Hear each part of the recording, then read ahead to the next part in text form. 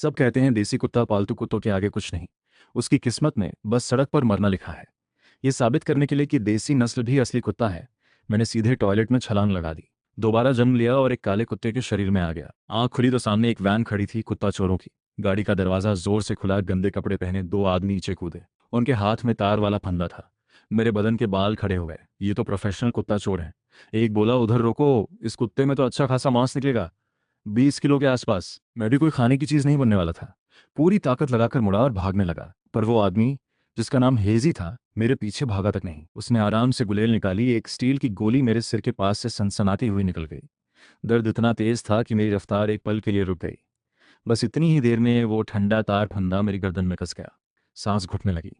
पिछले जन्म की मौत वाली वो सर्द सी सिहरन फिर से लौट आई। क्या दोबारा जन्म लेते ही मुझे फिर मरना पड़ेगा? साले में तो अच्छी खासी ताकत है, कहते हुए एक मोटा तगड़ा आदमी पास आया और मेरे पेट पर जोर से लात मारी। दर्द से मैं सिकुड़कर गोला बन गया। वो रस्सी खींचते हुए मुझे वैन की तरफ घसीटने लगा और यही पल मुझे जोर से अंदर फेंक दिया गया, ठीक चमड़े की गद्दी पर। धड़ाम की आवाज के साथ पिंजरा बंद हो गया। तंग जगह में और भी कुत्ते ठसाठस भरे थे। कोई कोने में सहमा हुआ कांप रहा था, कोई पागलों की तरह लोहे की सलाखों को काट रहा था। मौत का डर मुझे भी घेरने लगा। गाड़ी हिचकोले खाते हुए आगे बढ़ती रही। मैं कोने में दुबक कर पेट के जख्म चाटने लगा। दर्द बहुत था, पर उसी दर्द ने मुझे होश में रखा। दोबारा जन्म लेकर अगर कुत्ते के मांस की डिश बन गया तो ये सबसे बड़ा मजाक होगा। वैन कच्ची सड़क पर 2 घंटे तक हिचकोले खाती रही। मेरी हड्डी हड्डी हिल गई। पिंजरे में सन्नाटा था। बाकी कुत्ते तो जैसे अपनी किस्मत मान चुके थे। सिर्फ पंजों वाले मेरे ये आसमान छूने जैसा मुश्किल था। तभी बगल के पिंजरे से हल्की सी आवाज आई। मैंने घूमकर देखा। एक बुरी तरह जख्मी पीली कुतिया खुद को गोल करके अपने बच्चों को बचा रही थी। 3 अभी अभी आंख खोलने वाले पिल्ले उसका दूध ढूंढ रहे थे, पर माँ का पेट खाली था, दूध ही नहीं था। तभी गाड़ी का दरवाजा फिर खुला। हेजी ने अंदर झांक कर देखा। अरे, यहाँ तो कुछ छोटे पिल्ले भी हैं। आज रात इन्हीं का सूप बनाकर बॉस को खिलाते हैं, कहते हुए उसने हाथ बढ़ाया पिल्लों को पकड़ने के लिए। पीली कुतिया तुरंत भाग गई, पागलों की तरह पिंजरे की तरफ लपकी, काटने के लिए मुंह खोला, पर एक डंडा सीधे उसके मुंह पर पड़ा। 2 दांत तुरंत टूट गए, खून बहने लगा। मरना है क्या? हेजी गाली देते हुए एक और डंडा उसकी पीठ पर माता है। कुतिया दर्द से चीख उठी, पर फिर भी अपने बच्चों को बचाती रही। अपने शरीर से हर डंडा झेलती रही, एक भी वार बचने नहीं दिया। मैं ये सब देखते हुए महसूस कर रहा था जैसे किसी ने मेरा दिल मुट्ठी में जकड़ लिया हो। हेजी गालियां देकर थक गया, दरवाजा बंद करके चला गया। गाड़ी फिर चल पड़ी। कुतिया अपने मुंह का जख्म चाटती रही, फिर सिर झुकाकर सोचने लगी, अगर मैं यहाँ से निकल गया तो जरूर वापस आकर इन्हें बचाऊंगा, इन्हें कभी किसी की थाली नहीं बनने दूंगा। तभी गाड़ी अचानक जोर से रुकी। सारे कुत्ते इधर उधर लुढ़क गए। दरवाजा फिर खुला। सामने पहाड़ों के बीच एक बंद पड़ा सुअर फार्म था। 2 मीटर ऊंची दीवार पर कांच के टुकड़े लगे थे। आंगन की मिट्टी गहरे लाल रंग की थी, खून से सनी हुई। कुछ आदमी गालियां बकते हुए पिंजरे नीचे उतारने लगे। लोहे के पिंजरे जमीन पर घिसटते हुए कान फाड़ने वाली आवाज कर रहे थे। भौं भौं भौं, छोड़ दो मुझे। बगल के पिंजरे में बंद पीली कुतिया अचानक जोर से भुकने लगी। पिंजरे से टकराकर पागलों की तरह छूटने की कोशिश करने लगी। हेजी का चेहरा तुरंत सख्त हो गया। पीली कुतिया एक झटके में पिंजरे में गिर पड़ी, पर उसके पंजे फिर भी अपने बच्चों को जकड़े रहे। पूरा आंगन एकदम शांत हो गया। सारे कुत्ते डर के मारे आवाज तक नहीं निकाल रहे थे, यहां तक कि कौवे भी चुप थे। मैंने भी तुरंत अपनी पूंछ दबा ली, सिर नीचे झुका लिया, बदन के बाल सीधे कर लिए, बिल्कुल डरे सहमे कुत्ते की तरह। अभी सामने से टक्कर लेना मौत को दावत देना था। पहले डरपोक बनकर बच जाओ, तभी मौका मिलेगा पलटवार का, तभी पीली कुतिया का बदला लेने का मौका मिलेगा। ये काला कुत्ता तो एकदम सीधा है, डर के मारे सुन्न हो गया। एक आदमी बोलते हुए पिंजरा कोने में फेंक देता है। इसे रात के लिए रखो, बॉस के लिए, मांस भी मुलायम रहेगा। अभी सूरज सिर पर था। मेरे पास ज्यादा से ज्यादा 4-5 घंटे का वक्त था। पिंजरे एक के ऊपर एक रखे गए। मैं सबसे नीचे वाले में था। बुरी बात यह कि ऊपर के कुत्तों की गंदगी कभी भी मुझ पर गिर सकती थी।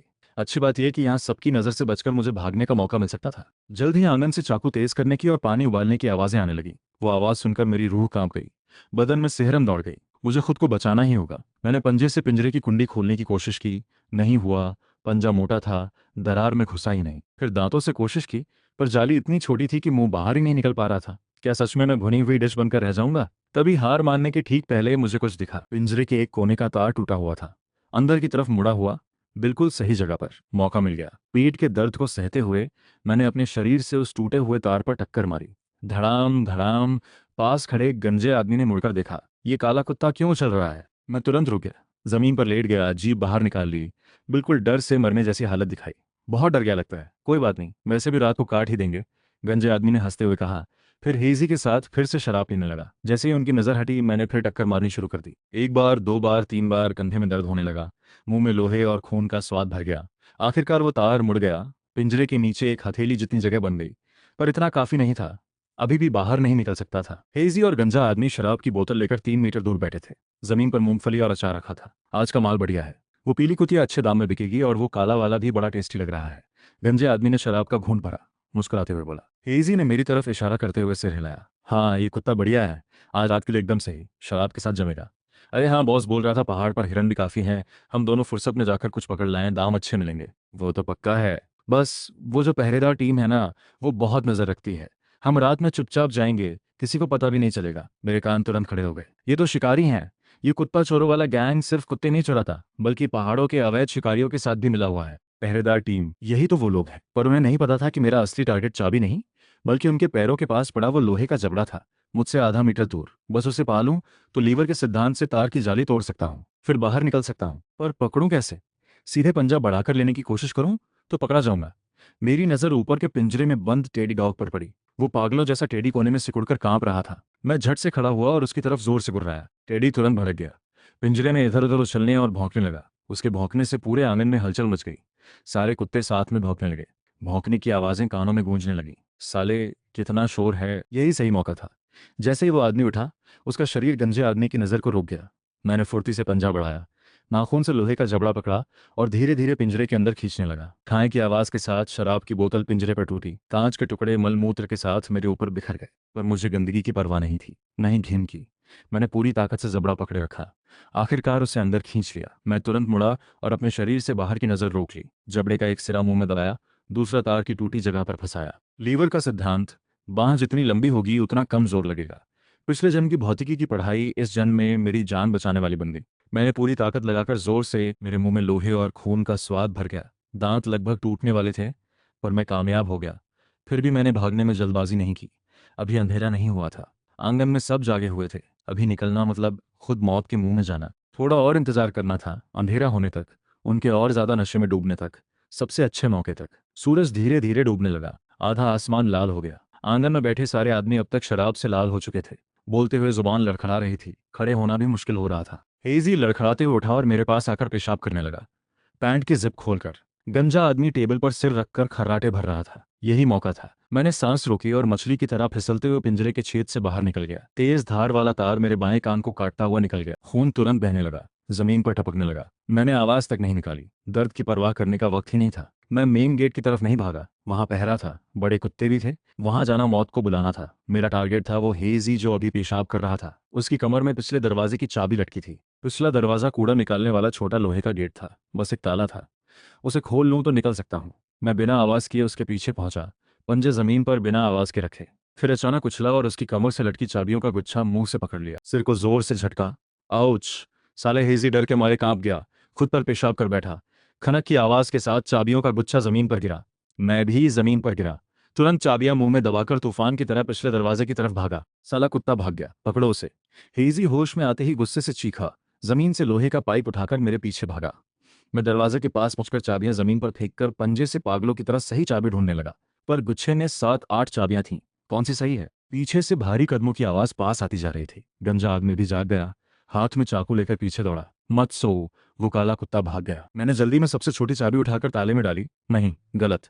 दूसरी चाबी, फिर भी गलत। धड़ाम की आवाज के साथ लोहे का पाइप मेरे बगल की दीवार पर पड़ा। पत्थर के टुकड़े मेरे चेहरे पर उड़े। थोड़े में सिर बचा। मर जा! हेजी लाल आंखों के साथ मेरी तरफ झपटा। ठीक उस नाजुक पल में मैंने ताला खोलना छोड़ दिया। मुझे दरवाजे के नीचे एक जंग लगी पतली सी लोहे की पट्टी दिखी। ताला नहीं खुल रहा तो उसे तोड़ ही दूं। मैं 2 कदम पीछे हटा, पूरी ताकत लगाकर उस पट्टी पर जोर से टक्कर मारी। धम की तेज आवाज, सिर चकरा गया। आंखों के आगे अंधेरा छा गया। सीने में जैसे धमाका हुआ हो, दर्द से। पर उसी वक्त हेजी ने मेरी पूंछ कस के पकड़ी। वापस आ! दर्द तुरंत पूंछ से पूरे शरीर में दौड़ गया, जैसे कोई खींच कर तोड़ देगा। मैं झट से मुड़ा और हेजी की कलाई पर जोर से काट लिया। मेरे नुकीले दांत सीधे उसकी चमड़ी फाड़कर मांस में घुस गए। हेजी दर्द से चीख उठा। हाथ तुरंत ढीला हो गया। मैंने मौका पाकर इसे लोहे की दरार में घुसाया, जोर लगाकर बाहर निकलने लगा। तार और लोहे की धार ने मेरी पीठ और पेट फाड़ दिए। दर्द से पूरा बदन कांप गया, पर रुक नहीं सकता था। अगले ही पल मैं पूरी तरह बाहर उछल गया। दरवाजे के बाहर घास पर गिरा। बाहर दूर तक फैली जंगली घास और सुनसान मैदान था। दूर पहाड़ों की कतार दिखाई दे रही थी। पकड़ो साले को! बंदूक लाओ, आज तो मार ही डालूंगा। पीछे से हेजी की गुस्से भरी चीख सुनाई दी और बंदूक लोड होने की खटर पटर भी। मैं बिना पीछे देखे पहाड़ों की तरफ हवा की तरह भागने लगा। हवा कानों के पास से गुजरती रही। फेफड़े फटने जैसे लग रहे थे। हर सांस में दर्द था। चारों पैर शीशे जैसे भारी हो गए थे। पर रुक नहीं सकता था, क्योंकि मुझे पता था रुकना यानी मौत। उस रात मैं पूरे 15 किलोमीटर भागा, तब तक जब तक सुबह होने के करीब मैं और नहीं भाग पाया। लड़खड़ाते हुए एक छिपी हुई गुफा में गिर पड़ा, जमीन पर बेजान सा गिर गया। मैं गुफा के कोने में बैठा ठंड से कांपता रहा, भूख से पेट अंदर से मरोड़ रहा था। बदन, बाएं कान का खून जम चुका था, बालों से चिपक गया था, हिलते ही तेज दर्द था। तभी एक मोटा तगड़ा चूहा गुफा के दरवाजे से बेफिक्री से चला आया। मुझे देखकर भी उसे कोई फर्क नहीं पड़ा। पिछले जन्म में मैं चूहा देखते ही चीख कर भाग जाता था, पैर रखने की भी हिम्मत नहीं होती थी। पर अब उस चूहे को देखकर मेरे मुंह से अपने आप लार टपकने लगी। वो मांस था, वो जिंदा रहने की उम्मीद थी। शरीर खुद ब खुद नीचे झुक गया, अगले पैर जमीन पर मजबूती से जमा दिए, बदन की हर मांसपेशी तन गई। दिमाग में अक्ल चीख चीख कर कह रही थी, तू इंसान है, चूहा नहीं खा सकता। पर शरीर की सहज इच्छा कह रही थी, जल्दी कर, नहीं तो यहीं भूख से मर जाएगा। जैसे ही चूहा रुककर इधर उधर देखने लगा, मैं तीर की तरह उस पर झपट पड़ा। गर्म खून का स्वाद तुरंत मुंह में भर गया, जी मिचलाने लगा। उल्टी होने ही वाली थी, पर उसके साथ ही पेट भरने का एहसास भी हुआ। मैं तेजी से मांस निगलता गया, आंखों से आंसू बहते रहे।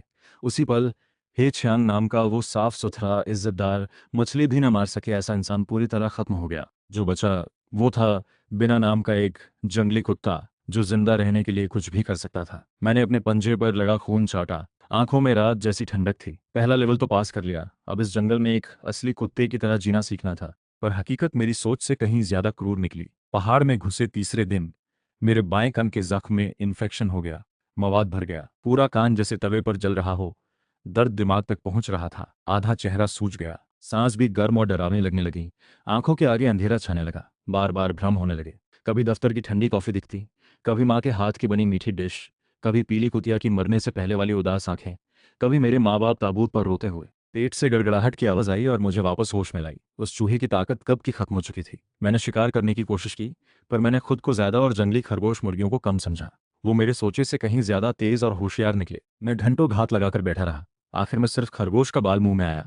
जब मैं जमीन पर गिरने ही वाला था, बर्दाश्त की सारी हद पार करके, तभी कुछ मेरी तरफ धीरे धीरे रेंगते हुए आया। आंखों में ठंडी चमक लिए, मेरे बदन के बाल तुरंत खड़े हो गए, पूरा शरीर तन गया। पिछले जन्म में मुझे सबसे ज्यादा डर सांप से लगता था, देखते ही रास्ता बदल लेता था। पर मेरे पास दो ही रास्ते थे, या तो उससे जान लेकर लड़ूं या फिर काटे जाने का इंतजार करूं।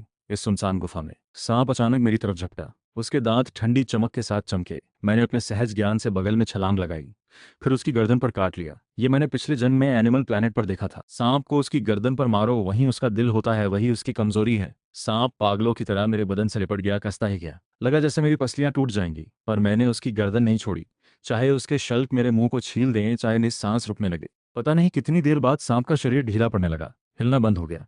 मैंने मुंह छोड़ा, जमीन पर गिरकर हांफने लगा, पसीने से पूरा बदन भीग गया। मैं जीत गया, मैं खुद के दम पर बच गया। पर जीत कर भी क्या फायदा, मैं ज्यादा दिन टिक नहीं सकता था। इस पहाड़ में और रहा तो या तो भूख से मर जाऊंगा या जख्म से सड़ जाऊंगा। आखिर में जंगली जानवर का हिस्सा बन जाऊंगा। नीचे शहर में भले कुत्ते खाने वाले लोग हों, आवारा कुत्ते पकड़ने वाला महकमा हो, देसी कुत्तों को नीची नज़र से देखने वाले लोग हों, पर नीचे एंटीबायोटिक भी हैं, दवाइयाँ भी हैं, और कूड़ेदान में पेट भरने लायक बचा खुचा खाना भी है। एक इज्जतदार दोबारा जन्मा कुत्ता होने के नाते मैंने खुद के लिए एक हद तय की थी, कभी कूड़ेदान नहीं खंगालूंगा। पर जब भूख से पेट में एसिड बनने लगे, खड़ा होना भी मुश्किल हो जाए, तो हदें बदली जा सकती हैं। दोपहर के वक्त मैं अपनी जख्मी टांग घसीटते हुए धीरे धीरे नीचे उतरने लगा। हवा में अचानक एक गंध आई, जिसने मेरा पूरा बदन कस दिया। खून की गंध, पसीने की गंध और कुत्तों के जोश की गंध, साथ ही जंगली सुअर की महक भी। गुर्र गुर्र, गहरी गुर्राहट और तेज पंजों की आवाज, ये सिर्फ शिकारी कुत्तों की हो सकती थी। मैं दर्द सहते हुए चुपचाप उस तरफ बढ़ा। घास की ढलान पर लेटकर नीचे झांका तो दिल धक से रह गया। घास की ढलान के नीचे नारंगी जैकेट पहने चार शिकारी कुत्ते 100 किलो के काले जंगली सुअर को घेरे खड़े थे। ये सुअर छोटा था, पर सबसे गुस्सैल किस्म का। आंखें खून जैसी लाल, मुंह के दांत ठंडी चमक के साथ चमक रहे थे। कैमोफ्लाज कपड़े पहने एक आदमी थोड़ी दूर खड़ा था, हाथ में शिकार का चाकू, गंभीर आवाज में हुक्म दे रहा था, सिर दबाओ, बगल से घेरो, सीधे टक्कर मत लो। उसके पास दवाई का डिब्बा लिए एक बूढ़ा आदमी भी था, चिंता से मैदान की स्थिति देख रहा था। इस दुनिया में गांव वालों के लिए ये शिकारी कुत्ते किसी रेगुलर आर्मी जैसे थे। अगर मैं इनमें शामिल हो गया तो न सिर्फ मेरा जख्म ठीक हो जाएगा, बल्कि रहने के लिए एक ठिकाना भी मिल जाएगा। फिर आवारा भटकना नहीं पड़ेगा, कुत्ता चोरों से डरने की जरूरत नहीं होगी। सबसे बड़ी बात, इसी शिकारी टीम की ताकत से मैं उस कुत्ता चोरों के अड्डे को खत्म करके पीली कुतिया का बदला ले सकता हूँ, उन छोटे पिल्लों को बचा सकता हूँ। जैसे ही मेरे मन में ये उम्मीद जगी, मैदान का माहौल अचानक बदल गया। वो जंगली सुअर बुरी तरह घिर चुका था, पर हार मानने की बजाय जमीन का फायदा उठाकर अचानक पलटा और अपने नुकीले दांतों से उस कमजोर कुत्ते पर जोर से हमला कर दिया। वो कुत्ता बचने में नाकाम रहा, उसकी अगली टांग पर दांत लगे, दर्द से चीख उठा। घेरा तुरंत टूट गया, बड़ा सा गैप बन गया। ये सुअर बहुत होशियार था, मौका देखकर तुरंत उस खाली जगह से हवा की तरह निकल भागा, और जिस तरफ वो भागा वहां और भी खतरा था। मक्के के खेत की मेड़ पर एक 5-6 साल की छोटी बच्ची पीठ पर टोकरी लादे लकड़ियां बीन रही थी। उसे बिल्कुल पता नहीं था कि सुअर उसकी तरफ दौड़ रहा है। न्यू न्यू भाग। एक आदमी दहशत में चिल्लाने लगा, लेकिन 2 पैर 4 पैर वाले सुअर की रफ्तार नहीं पकड़ सकते थे। बाकी शिकारी कुत्ते भी थोड़ी देर से पहुंचे, रोक नहीं पाए। सुअर मक्के के खेत में घुसने ही वाला था, बच्ची से टकराने ही वाला था, जो डर के मारे वहीं जमी जोर जोर से रो रही थी। यही सही वक्त था। मैंने उस सुअर पर नजर गड़ाई, दिमाग में तेजी से हिसाब लगाया। वो सीधी रेखा में भाग रहा था, रफ्तार इतनी थी कि मुड़ना मुश्किल था, और उसके रास्ते में एक उभरा हुआ पत्थर पड़ता था। यही मौका था। मैंने बदन में बची पूरी ताकत लगा दी, घास की ढलान से नीचे झपटा, जैसे कोई काला तोपगोला छूटा हो। मैं इतना बेवकूफ नहीं था कि उसकी गर्दन पर काटूं। वहां चमड़ी बहुत मोटी थी, मेरे दांत घुस ही नहीं पाते। मेरा टारगेट था उसकी अगली टांग का जोड़। जैसे ही वो पत्थर के पास से गुजरा, मैंने उसकी बाईं अगली टांग पर पूरी ताकत से टक्कर मारी, अपनी रफ्तार के जोर से शरीर मुड़ा और कसकर काट लिया। कट की तेज आवाज के साथ सुअर की बाईं टांग तुरंत मुड़ गई। वो पलटकर उड़ा और पेट ऊपर करके जमीन पर गिरा, दर्द से चीखने लगा। वार सफल होते ही मैंने तुरंत मुंह छोड़ दिया, बगल में कूदकर हट गया, एक सेकंड भी नहीं रुका। पिछले जन्म में 10-12 साल गेम खेलकर सीखी हुई पोजीशनिंग की समझ आज एक जान बचाने और खुद की पहचान बनाने का काम आ गई। अरे ये कुत्ता कहाँ से आया? वो आदमी हैरान रह गया, पर उसका दिमाग तेज था। सुअर के उठने से पहले ही वो झपटा, हाथ का चाकू सीधे सुअर के दिल में उतार दिया। फुस की आवाज के साथ सुअर कुछ देर छटपटाया, फिर पूरी तरह शांत हो गया। पहाड़ से देर से पहुंचे बाकी शिकारी कुत्ते अब आकर सुअर के शव के इर्द गिर्द भौंकने लगे। मैं तब तक 10 मीटर दूर एक बड़े पत्थर पर बैठ चुका था, बिल्कुल सीधा। मैंने अपनी कांपती हुई जख्मी टांग को दबाया, पीठ सीधी रखी, शांति से उस आदमी को देखता रहा। पूरे बदन में जख्म थे, हालत बुरी थी, पर आंखों में स्थिरता थी। मैं दांव लगा रहा था, दांव इस बात पर कि वो आदमी समझदार होगा, वो मेरी कीमत पहचान लेगा। बच्ची की मां पागलों की तरह दौड़ती हुई आई, बच्ची को गले लगाकर कांपते हुए रोने लगी, साथ ही उस आदमी का धन्यवाद करती रही। बच्ची मां की गोद से सिर निकालकर मुझे देखने लगी। उसकी बड़ी बड़ी आंखों में डर नहीं, सिर्फ शुक्रगुजारी थी। उसने जेब से एक मलाई टॉफी निकाली, रैपर खोला, धीरे धीरे मेरे पास आई, टॉफी पत्थर पर रखी। कुत्ते, थैंक यू। बच्ची की आवाज रुई जैसी नरम थी। मैंने उसे देखते हुए हल्के से पूंछ हिलाई, टॉफी को छुआ तक नहीं। वो आदमी की नजर मुझ पर टिकी। यू भाई, थोड़ी देर पहले तो वो सुअर घुसने ही वाला था, इस काले कुत्ते की वजह से बचा। इसके बिना आज नीयू नीयू मुसीबत में पड़ जाती। दवाई का डिब्बा लिए बूढ़ा आदमी तेजी से आया, मुझे देखकर हैरान रह गया। अरे ये तो बुरी तरह जख्मी है, कान भी बुरी तरह सड़ चुका है, बदन पर भी कई जख्म है, इसने बहुत तकलीफ झेली है। यू भाई नाम का वो आदमी धीरे धीरे मेरी तरफ आया, मुझसे 3 मीटर दूर बैठ गया। मेरी आंखों के बराबर में ये अधिकार रखने वाले लोगों के बीच अच्छी नीयत दिखाने का तरीका होता है, कोई ऊपर से दबाव वाला एहसास नहीं। पूरा काला, आंखें भी काली, ये कुत्ता एक अच्छा माल है, उसने मेरी आंखों में देखते हुए गंभीर आवाज में कहा। अभी जो टाइमिंग पकड़ी थी किसी स्पेशल फोर्स के जवान से भी सटीक थी। मैंने उसे देखते हुए हल्के से पूंछ हिलाई, बहुत हल्का सा, दोस्ताना पर ज्यादा नहीं, चिपको नहीं। मैं मन में सोच रहा था, कुछ खाने को दे, मेरा इलाज कर, मैं तेरे साथ रहूंगा, तेरे लिए सुअर करूंगा, तेरे लिए कुत्ता चोरों का गैंग खत्म करूंगा। यू भाई को जैसे समझ आ गया हो, उसने जेब से एक सॉसेज निकाली, पैकेट खोला, जमीन पर रखी, धीरे से मेरी तरफ खिसकाई। मैं तुरंत नहीं झपटा, धीरे धीरे पास गया। पहले उसके हाथ की पुश्त सूंघी, उसकी गंध याद कर ली, फिर धीरे से सॉसेज मुंह में उठाई, 2-3 बार में निगल ली। बहुत टेस्टी थी। दोबारा जन्म लेने के बाद ये पहला निवाला था जो इंसानों वाला खाना था। न कूड़ेदान का बचा खाना, न कच्चे चूहे का मांस, न खून से सने सांप का मांस। कान इतना सड़ा हुआ है, फिर भी इतना शांत है। वो हु यीबाई नाम का बूढ़ा आदमी झुककर मेरे जख्म को ध्यान से देखने लगा। इसका इलाज जरूरी है, नहीं तो इन्फेक्शन से कान बिल्कुल खत्म हो जाएगा, जान भी जा सकती है। यू भाई ने हाथ बढ़ाकर मेरा सिर सहलाने की कोशिश की। मैंने 0.1 सेकंड सोचा, फिर सिर झुका दिया। उसकी खुरदुरी हथेली मेरे सिर पर टिक गई। उसकी हथेली खुरदुरी थी, कई गड्ढे थे, पर गर्म और स्थिर थी। ठीक है, मेरे साथ चल, यू भाई हंसा। आवाज में एक अजीब सा भरोसा था। मैंने अपनी जिंदगी में इतना समझदार और इतना हिम्मती आवारा कुत्ता नहीं देखा। अब से जब तक मेरे पास मांस का एक टुकड़ा भी होगा, तेरे लिए भी सूप का एक कटोरा होगा। मेरे मन में कई दिनों से अटका हुआ बोझ आखिरकार उतर गया। मैं खड़ा हुआ, उसके पीछे पीछे शिकारी कुत्तों के बीच शामिल हो गया। सुअर से घायल हुआ वो कुत्ता थोड़ा लंगड़ाते हुए मेरी तरफ दांत दिखाने लगा। मैंने उसे नजरअंदाज कर दिया। अब सब साथी थे, अच्छे रिश्ते बनाना जरूरी था, पर उससे पहले तुम्हारे पास इतनी ताकत होनी चाहिए कि लोग तुम्हारा सम्मान करें। शाम का सूरज हमारी परछाइयों को लंबा खींच रहा था। मैं जमीन पर अपनी अधूरी परछाई देख रहा था। मुझे पता था मेरी टूटी फूटी जान अब फिलहाल सुरक्षित है, और मेरे बदले की राह भी आखिरकार शुरू हो गई थी। शिकारी टीम का अड्डा शहर के बाहरी इलाके में एक बंद पड़े स्कूल में था। गेट के अंदर घुसते ही डिसइंफेक्टेंट, कुत्तों के खाने, इंजन ऑयल की महक और मर्दाना पसीने की गंध मिलकर नाक में भर गई। पुराना मैदान अब ट्रेनिंग ग्राउंड बन चुका था। वहां संकरा पुल, बोर्ड, चक्कर वाले खंभे और कई तरह की बाधाएं लगी थीं। देखने में बिल्कुल प्रोफेशनल जगह लग रही थी। नाऊ, पहले इसका जख्म देख। यू भाई ने मुझे गोद में उठाया, सीधा मेडिकल रूम की तरफ चल पड़ा। मुझे ठंडे स्टील के टेबल पर रखा गया। ऊंचाई से थोड़ा डर लगा, पर मैंने खुद को रोके रखा। चुपचाप लेटा रहा। जख्म तार से फटा हुआ था, बुरी तरह सड़ा हुआ था। सड़ा हुआ मांस काटना जरूरी था, फिर टांके लगाने थे, बदन पर बाकी कट भी ठीक करने थे, नहीं तो इन्फेक्शन हो जाता। लाओवो ने दस्ताने पहने कैंची उठाई। यू भाई से बोला, यू भाई इसे कसकर पकड़ना। ये दर्द आम कुत्ता बर्दाश्त नहीं कर सकता। हो सकता है दर्द से ये तुम्हें ही काट ले। ये नहीं काटेगा। यू भाई ने अपने बड़े हाथ से मेरी गर्दन और पीठ हल्के से दबाई। पकड़ मजबूत थी, दर्द नहीं दे रही थी, पर हिलने भी नहीं दे रही थी। उसने सिर झुकाकर मुझे देखा, आंखों में पूरी गंभीरता थी। थोड़ा सहले, जीना है तो मेरे साथ रहना है तो हिलना मत। मैंने गहरी सांस ली, आंखें बंद कर ली। चल शुरू कर। पिछले जन्म में देर रात तक प्रोजेक्ट बदलते बदलते क्लाइंट से गालियां खाई, बॉस ने जिम्मेदारी थोपी। वो मानसिक दर्द जो मैंने झेला, उसके सामने ये शरीर का दर्द क्या चीज है। जैसे ही कैंची चली, तेज दर्द जैसे लाल गर्म सुई सीधे दिमाग में घुस गई। मेरे बदन की हर मांसपेशी तन गई, पूरा शरीर कांपने लगा। पंजे स्टील टेबल पर कसकर जम गए, कई निशान बन गए। पर मैंने लाओ वू का दिया हुआ काटने वाला रबर कसकर पकड़े रखा। एक आवाज तक नहीं निकाली, कराहा तक नहीं। वाह, बहुत सख्त है। लाओ वो भी हाथ रोक कर, ये तो करा भी नहीं रहा। क्या ये जबरदस्त नस्ल है? मैंने जितने पुलिस के कुत्ते देखे हैं उनसे भी ज्यादा सख्त निकला। यू भाई की आवाज में एक छिपी हुई तारीफ और थोड़ी सी तकलीफ भी झलक रही थी। सड़ा हुआ मांस काटकर जख्म साफ करके फिर टांके लगे। बेहोशी की दवाई ज्यादा असर नहीं कर रही थी। सुई का चमड़ी में घुसना पूरी तरह महसूस हो रहा था। दिमाग तक साफ पहुंच रहा था। मैं छत की एक एक जगह घूरता रहा। दिमाग में पिछले जन्म की 3 सबसे तकलीफदेह बातें याद करता रहा। ऑफिस के लिए जल्दी उठना, काम के बाद देर से सोना, जल्दी उठने के लिए जल्दी सोने की कोशिश करना, और मेरे माँ बाप की रोई हुई लाल आंखें, पीली कुतिया की मरते वक्त वाली आंखें। इन सबके सामने ये दर्द कुछ भी नहीं था। आखिरी टांका लगा, धागा काटा गया। लाओ वो ने राहत की सांस ली। हो गया।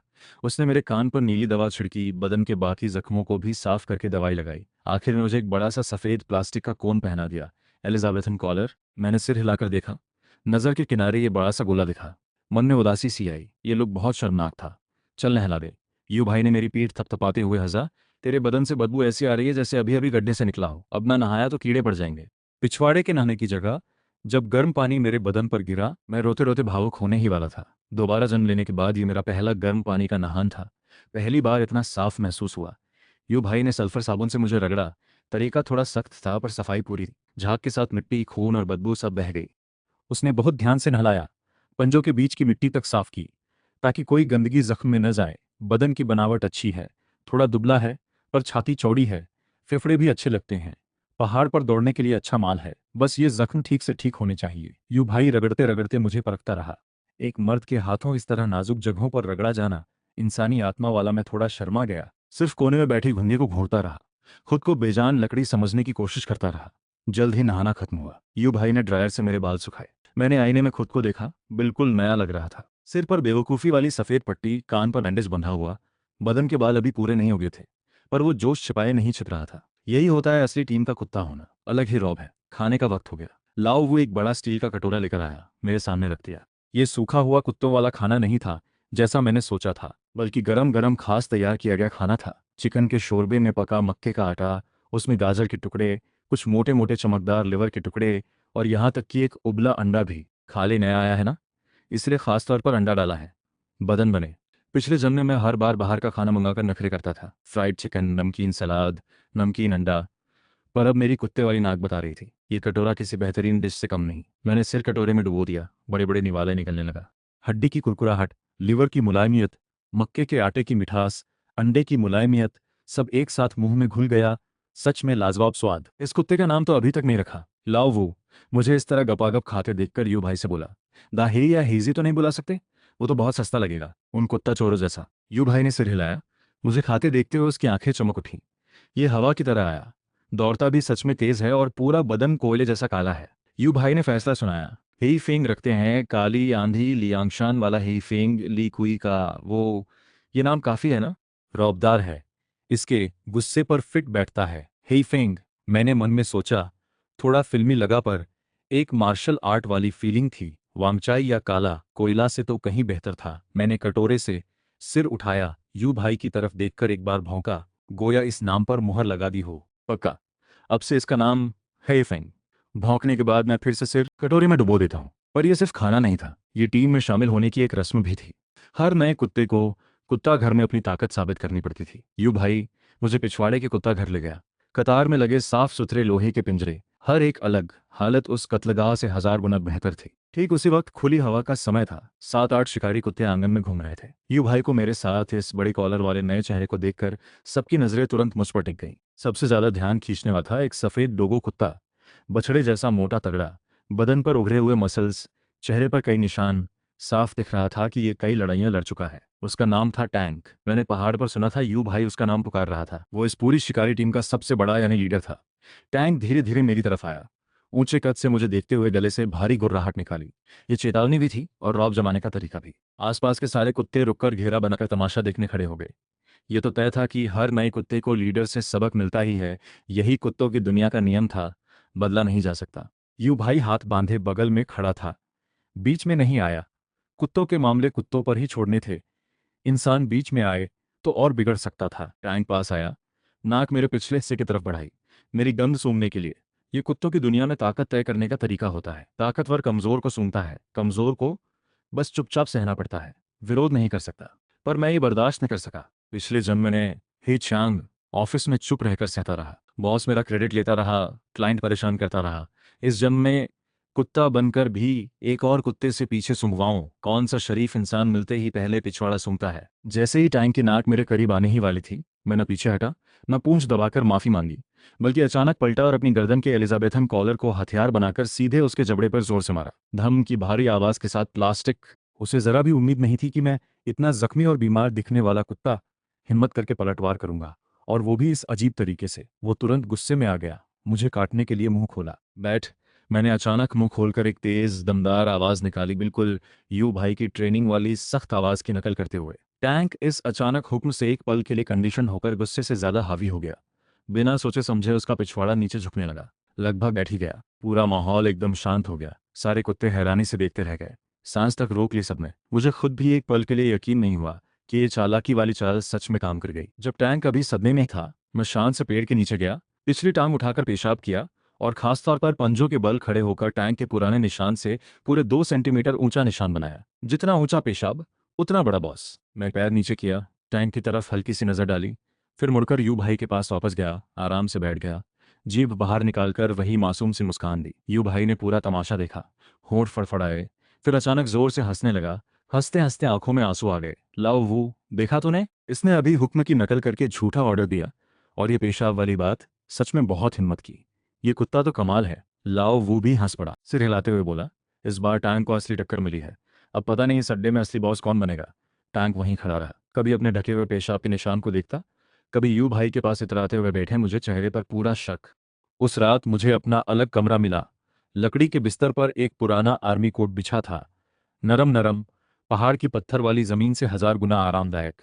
मैं उस पर लेटा, चारों तरफ कुत्तों के खर्राटों की आवाज सुनता रहा, भविष्य के सपने देखने लगा। भले ही अब मैं एक कुत्ता बन गया था, पर यह टीम की जिंदगी पिछले जन्म की नौकरी से कहीं ज्यादा मजेदार लग रही थी।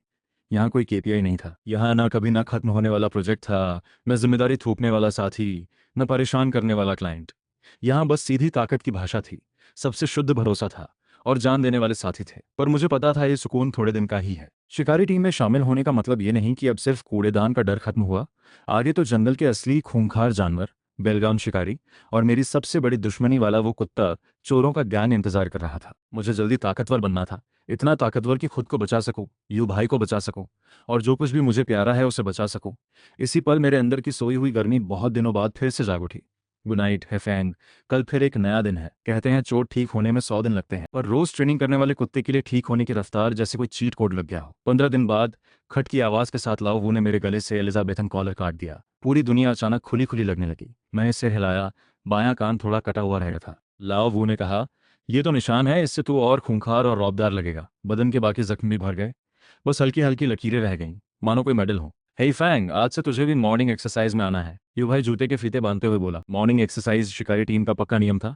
हर सुबह ठीक 5 बजे उठना, पहाड़ के नीचे वाले रास्ते पर 5 किलोमीटर दौड़ना, शुरुआत का 1 किलोमीटर तो नएपन के जोश में बाकी सबके साथ चल गया, पर उसके बाद मैं पिछड़ने लगा। सबसे आगे हमेशा डोगो टैंक रहता, जैसे कोई थकने वाला इंजन ही ना हो। उसके ठीक पीछे वो कुत्ता जिसकी टांग अभी अभी ठीक हुई थी, और दो छोटे तेज रफ्तार वाले शिकारी कुत्ते भी। और मैं, अभी अभी बड़ी बीमारी से उठा हुआ, पिछले जन्म में दिन भर कुर्सी पर बैठकर काम करने वाला, बमुश्किल ही कभी दौड़ने वाला, बिना किसी शक के पीछे रह गया। सांसें फूलने लगी, हर सांस लेना जैसे तलवार निकलने जैसा लगने लगा। टैंक ने मुड़कर एक बार मुझे देखा। उसकी नजरों में थोड़ी हंसी थी, थोड़ी ठंडक और थोड़ा मजाक भी। वो जानबूझकर रफ्तार धीमी कर देता।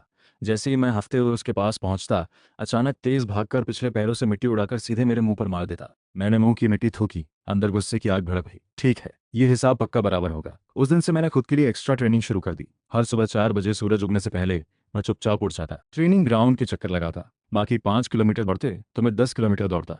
पिछले जन्म में इंटरनेट से सीखी फिटनेस की जानकारी इस्तेमाल करके सांस की रफ्तार सेट करता, कोर की ताकत से दौड़ता, सिर्फ 4 टांगों के भरोसे बेवकूफ़ी वाली दौड़ नहीं लगाता। दौड़ के बाद बाधा दौड़ की प्रैक्टिस करता, कमर मुना, पोजिशनिंग, रिएक्शन टाइम, सब प्रैक्टिस करता। पिछले जन्म में गेम खेलकर सीखा हुआ अंदाजा लगाने का हुनर और तेजी इस बार सब ट्रेनिंग में काम आया। यू भाई और लव वो अक्सर ट्रेनिंग ग्राउंड के किनारे खड़े होकर मुझे देखते रहते हैरानी से। ये कुत्ता तो सच में जान की परवाह नहीं करता, रोज अंधेरे में ही उठकर ट्रेनिंग करता है, नए रंगोटों से भी ज्यादा मेहनत करता है।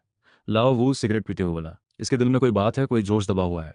यू भाई मेरी पीठ देखते हुए गहरी नजर से सोचता रहा, ये सिर्फ खाने के लिए जिंदा नहीं है, इसका कोई मकसद है। उन्हें नहीं पता था कि मेरे अंदर जो जोश दबा हुआ है वो उस मरी हुई कुतिया का बदला लेने के लिए है, उन बच्चों को बचाने के लिए है जो अभी भी उस कत्लगाह में हो सकते हैं, और पिछले जन्म के अफसोस को इस जन्म में दोबारा ना होने देने के लिए है। 1 महीने के अंदर मेरी फिटनेस में जबरदस्त बदलाव आ गया। अगली बार मॉर्निंग एक्सरसाइज की 5 किलोमीटर दौड़ में मैं शुरू से ही टैंक के बराबर दौड़ा, पूरे रास्ते पीछे नहीं रहा। आखिरी किलोमीटर में मैंने अचानक रफ्तार बढ़ाई, टैंक को पीछे छोड़ते हुए सबसे पहले फिनिश लाइन पार की।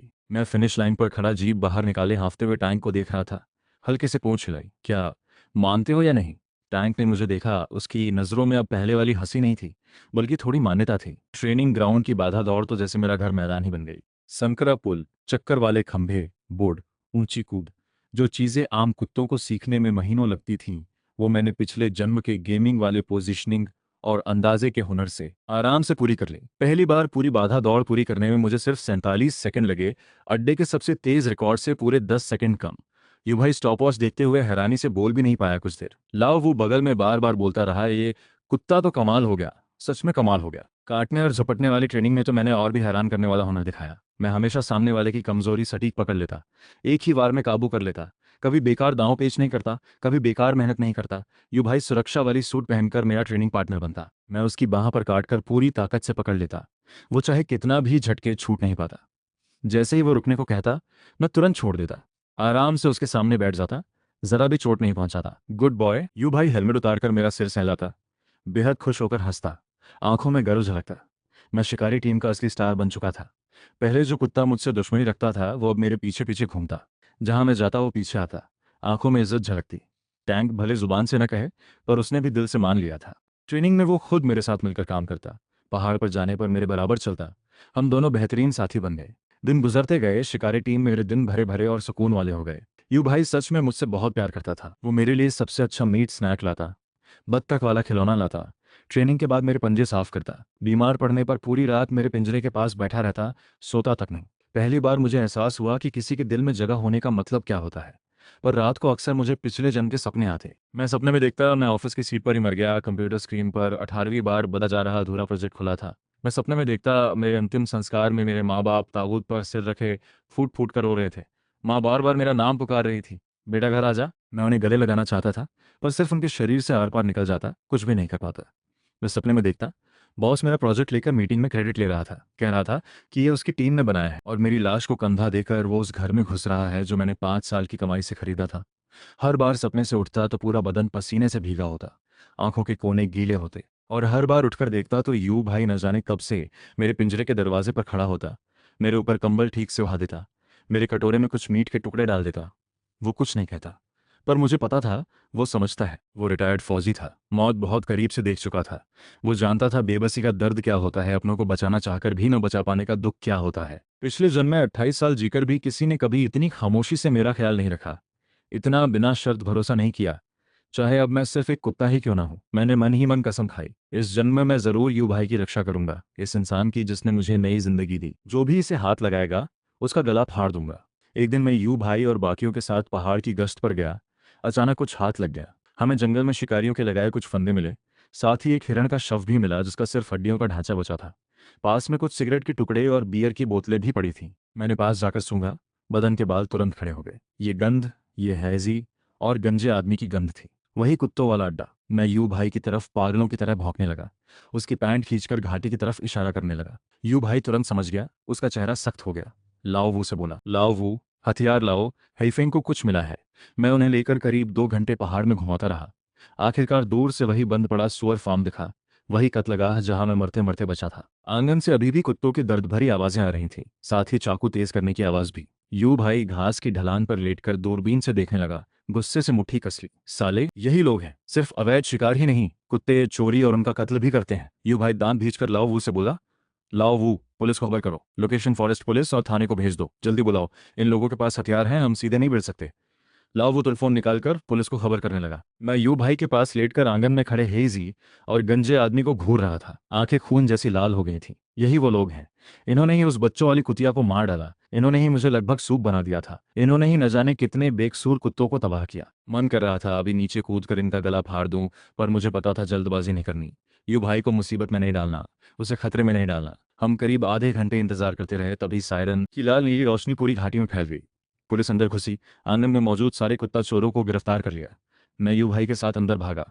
पिंजरों में अभी भी 10-12 जिंदा कुत्ते थे, बुरी तरह जख्मी, आंखों में सिर्फ नाउमीदी थी। सबसे अंदर वाले पिंजरे में मुझे वो तीनों बचे हुए पिल्ले दिखे। कोने में सिकुड़े कांप रहे थे। उनकी मां अब नहीं रही थी। मैं पास गया। पिंजरे के बाहर से उनके छोटे छोटे सिर धीरे चाटे। डरो मत, मैं आ गया तुम्हें बचाने। तुम्हारी माँ की मौत बेकार नहीं गई। पुलिस ने कत्लगाह सील कर दी। शिकार के औजार और देसी बंदूकें जब्त कर ली। सारे कुत्तों को बचा लिया गया। वो तीनों पिल्ले गांव के एक दयालु आदमी के घर सुरक्षित ठिकाना पा गए। वापसी के रास्ते पर यू भाई मेरा सिर सहलाते हुए भारी आवाज में बोला, हे फेंग, बहुत बढ़िया किया, बड़ा काम किया है। मैंने उसे देखकर धीरे से उसका हाथ चाटा। दिल भर आया। वो बेकसूर जाने बच गई, पर मुझे पता था अभी ये खत्म नहीं हुआ। पहाड़ में अभी भी और खतरे थे और शिकारी थे, और वो खौफनाक जंगली सुअर का राजा भी था। मेरा रास्ता अभी बहुत लंबा था। शांति के दिन ज्यादा नहीं टिकते। उस शाम अंधेरा होते होते कीचड़ से सना हुआ ट्रक हवा की तरह अड्डे में घुसा। टायर जमीन से रगड़ खाकर कान फाड़ने वाली आवाज करने लगे। दरवाजा जोर से खुला। एक परेशान चेहरे वाला किसान पैंट पर मिट्टी लगी हुई लड़खड़ाते हुए उतरा। यू भाई का हाथ पकड़कर रोने जैसी आवाज में बोला, यू भाई बचाओ, वो जंगली सुअर फिर आ गए। कल रात मेरे मक्के के 2 एकड़ खेत तबाह कर दिए। सुअर बाड़ा भी तोड़ दिया। मेरे बाबूजी को भी घायल कर दिया। आज रात वो जरूर फिर आएंगे। उनका सरदार वो 300 किलो का जंगली सुअर राजा है। अगर ऐसा ही चलता रहा तो इस साल की पूरी फसल बर्बाद हो जाएगी। यू भाई का चेहरा तुरंत सख्त हो गया। मेरे बदन के बाल तुरंत खड़े हो गए। उसका वजन 300 किलो से ज्यादा था। चमड़ी इतनी मोटी और सख्त कि गोली भी शायद न घुसे। ये सुअर अक्सर पहाड़ से उतरकर फसलें तबाह करता, गांव वालों को घायल करता। शिकारी टीम पहले भी कई बार उससे भिड़ चुकी थी। हर बार वो बच निकला। कई शिकारी कुत्तों को घायल कर गया। एक बार तो यू भाई भी लगभग घायल होते होते बचा। उस टांग वाले कुत्ते के गहरे निशान भी इसी सुअर राजा के दिन थे। लाओ वो, सामान लाओ। यू भाई ने पीछे मुड़कर आवाज लगाई। फिर हमारी तरफ देखा। नजर टैंक और उस कुत्ते पर पड़ी। आवाज में गहराई थी, हे फेंग टैंक, चलो गाड़ी में, मिशन पर निकलते हैं। मैं तुरंत खड़ा हो गया। बदन की हर मांसपेशी तन गई। कान खड़े हो गए। नाक फड़फड़ाने लगी। आखिरकार मेरा असली मैदान आ गया था। मैं सबसे पहले दरवाजे तक पहुंचा। छलांग लगाकर सीधे गाड़ी में जा बैठा। लाओवो ने सारा सामान गाड़ी में रखा। शिकार का चाकू, बेहोशी की बंदूक, फर्स्ट एड बॉक्स और हमारी टैक्टिकल जैकेट सब तैयार था। यू भाई ड्राइविंग सीट पर बैठा। गाड़ी स्टार्ट की, एक्सीलेटर पूरा दबाया। गाड़ी तीर की तरह निकल पड़ी। कच्ची सड़क पर गाड़ी तेजी से भागती रही। मैं खिड़की के पास बैठा बाहर पीछे भागते नज़ारों को देखता रहा। नाक हवा में गंध ढूंढती रही। हवा में जंगली सुअर की महक बढ़ती जा रही थी, गहरी होती जा रही थी। और उसके अलावा एक और गंध थी जो मैं कभी नहीं भूल सकता था। खून, शराब और सिगरेट की मिलीजुली गंध। गांग बॉस की गंध। वही कुत्तों वाले अड्डे का असली सरगना, हेजी और गंजे आदमी का आका। वही अवैध शिकारियों की गैंग का सरदार भी था। साथ ही एक तेज बारूद की गंध भी थी, देसी बंदूक और बारूद की। मेरे बदन के बाल तुरंत खड़े हो गए। गले से खतरनाक गुर्राहट निकलने लगी। यू भाई ने शीशे में मुझे देखा। भौहें सिकोड़ ली। हे फेंग, क्या हुआ, कुछ मिला क्या? मैं खिड़की के बाहर पागलों की तरह भौंकने लगा। आंखें खून जैसी लाल हो गईं। मुझे पता था इस बार पहाड़ में हमें सिर्फ फसल तबाह करने वाले सुअरों से नहीं, बल्कि उस बेरहम शिकारी गैंग के सरगना और उसके जानलेवा गुंडों से भी सामना करना होगा। साथ ही उस 300 किलो के सुअर राजा से भी, जिसने कई शिकारी कुत्तों को घायल किया, यहाँ तक कि इंसान की जान भी ले चुका था। गाड़ी ने अचानक एक तेज मोड़ लिया। हम गाड़ी में इधर उधर हिल गए, पर मैं खिड़की से कसकर चिपका रहा। नाक लगातार हवा सूंघती रही। हरे गंध पकड़ने की कोशिश करती रही। जंगली सुअर की गंध मक्के की खुशबू में मिली हुई थी। सामने 100 मीटर दूर मक्के के खेत के अंदर छिपी हुई कम से कम 7-8 बालिक सुअर थे।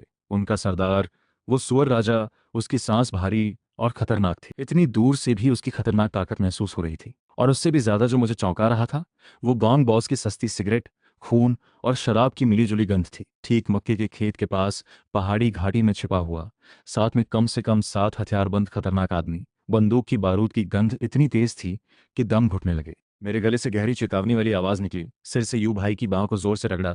पहले मक्के के खेत की तरफ जोर से भौंका, फिर घाटी की तरफ मुंह करके खतरनाक और तेज आवाज में गुर्राया। यू भाई तुरंत मेरा इशारा समझ गया। स्टीयरिंग पकड़े हाथ कस गए, जोर से ब्रेक मारा, गाड़ी रुकी। टायर पत्थरों पर रगड़ खाकर तेज आवाज करने लगे। साले, इन लोगों ने तो हमारे लिए जाल बिछा रखा था। यू भाई दांत भींचकर दूसरी तरफ की दराज से बेहोशी की बंदूक निकालकर फुर्ती से लोड की, फिर बगल में बैठे लाओ वू को एक चमकती हुई चाकू थमाई। आवाज लोहे जैसी सख्त हो गई।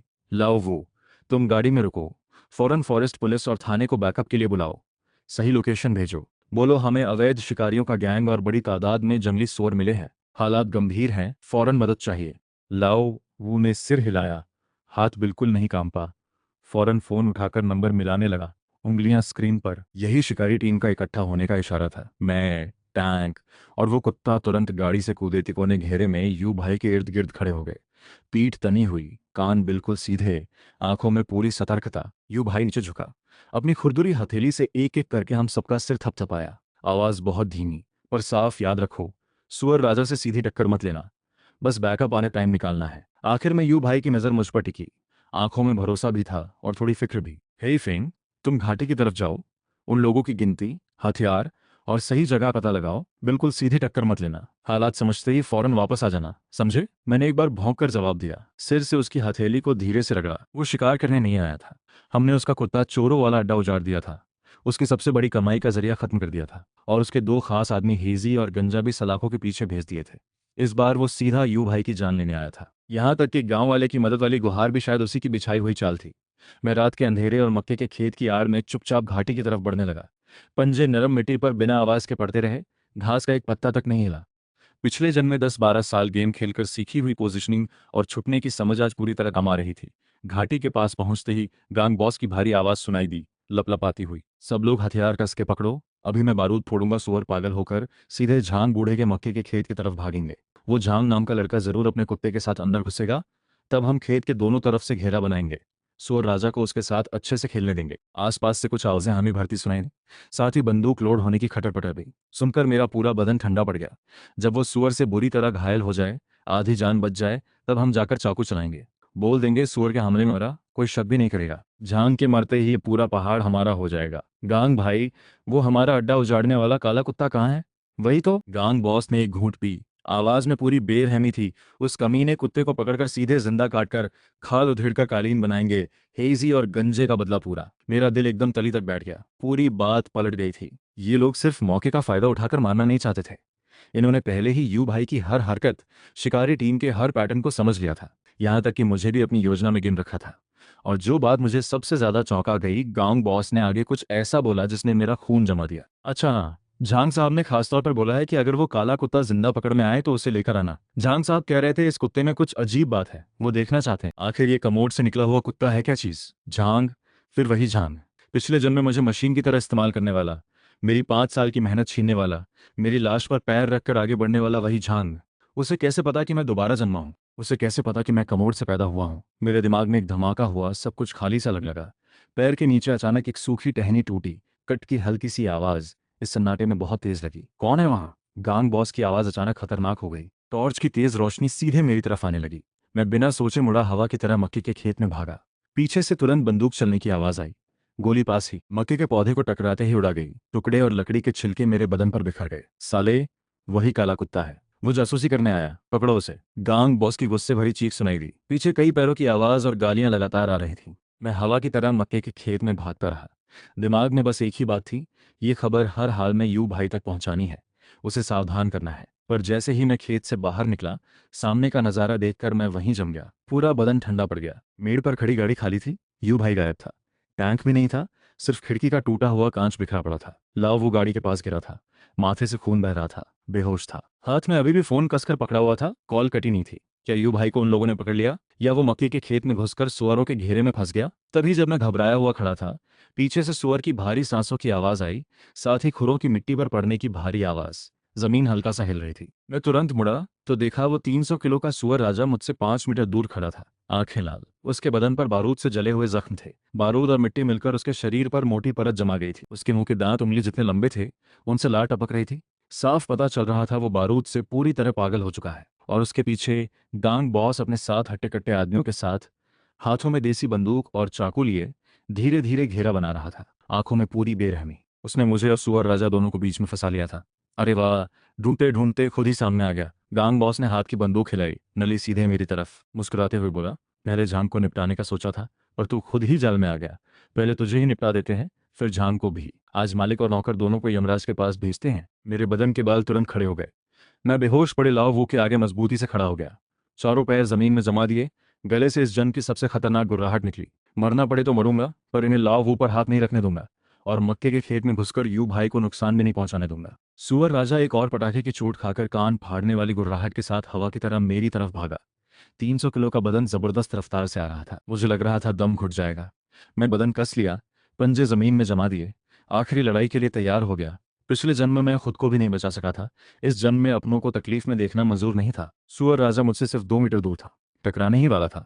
तभी ऊपर मक्के के खेत की ढलान से यू भाई की आवाज गूंजी, गुस्से से भरी, आधी रात के सन्नाटे में गड़गड़ाहट जैसे फटी। गांग, तुम पर अवैध शिकार, अवैध हथियार रखने और जानबूझकर हत्या करने का आरोप है। अभी हथियार डालो और सरेंडर करो।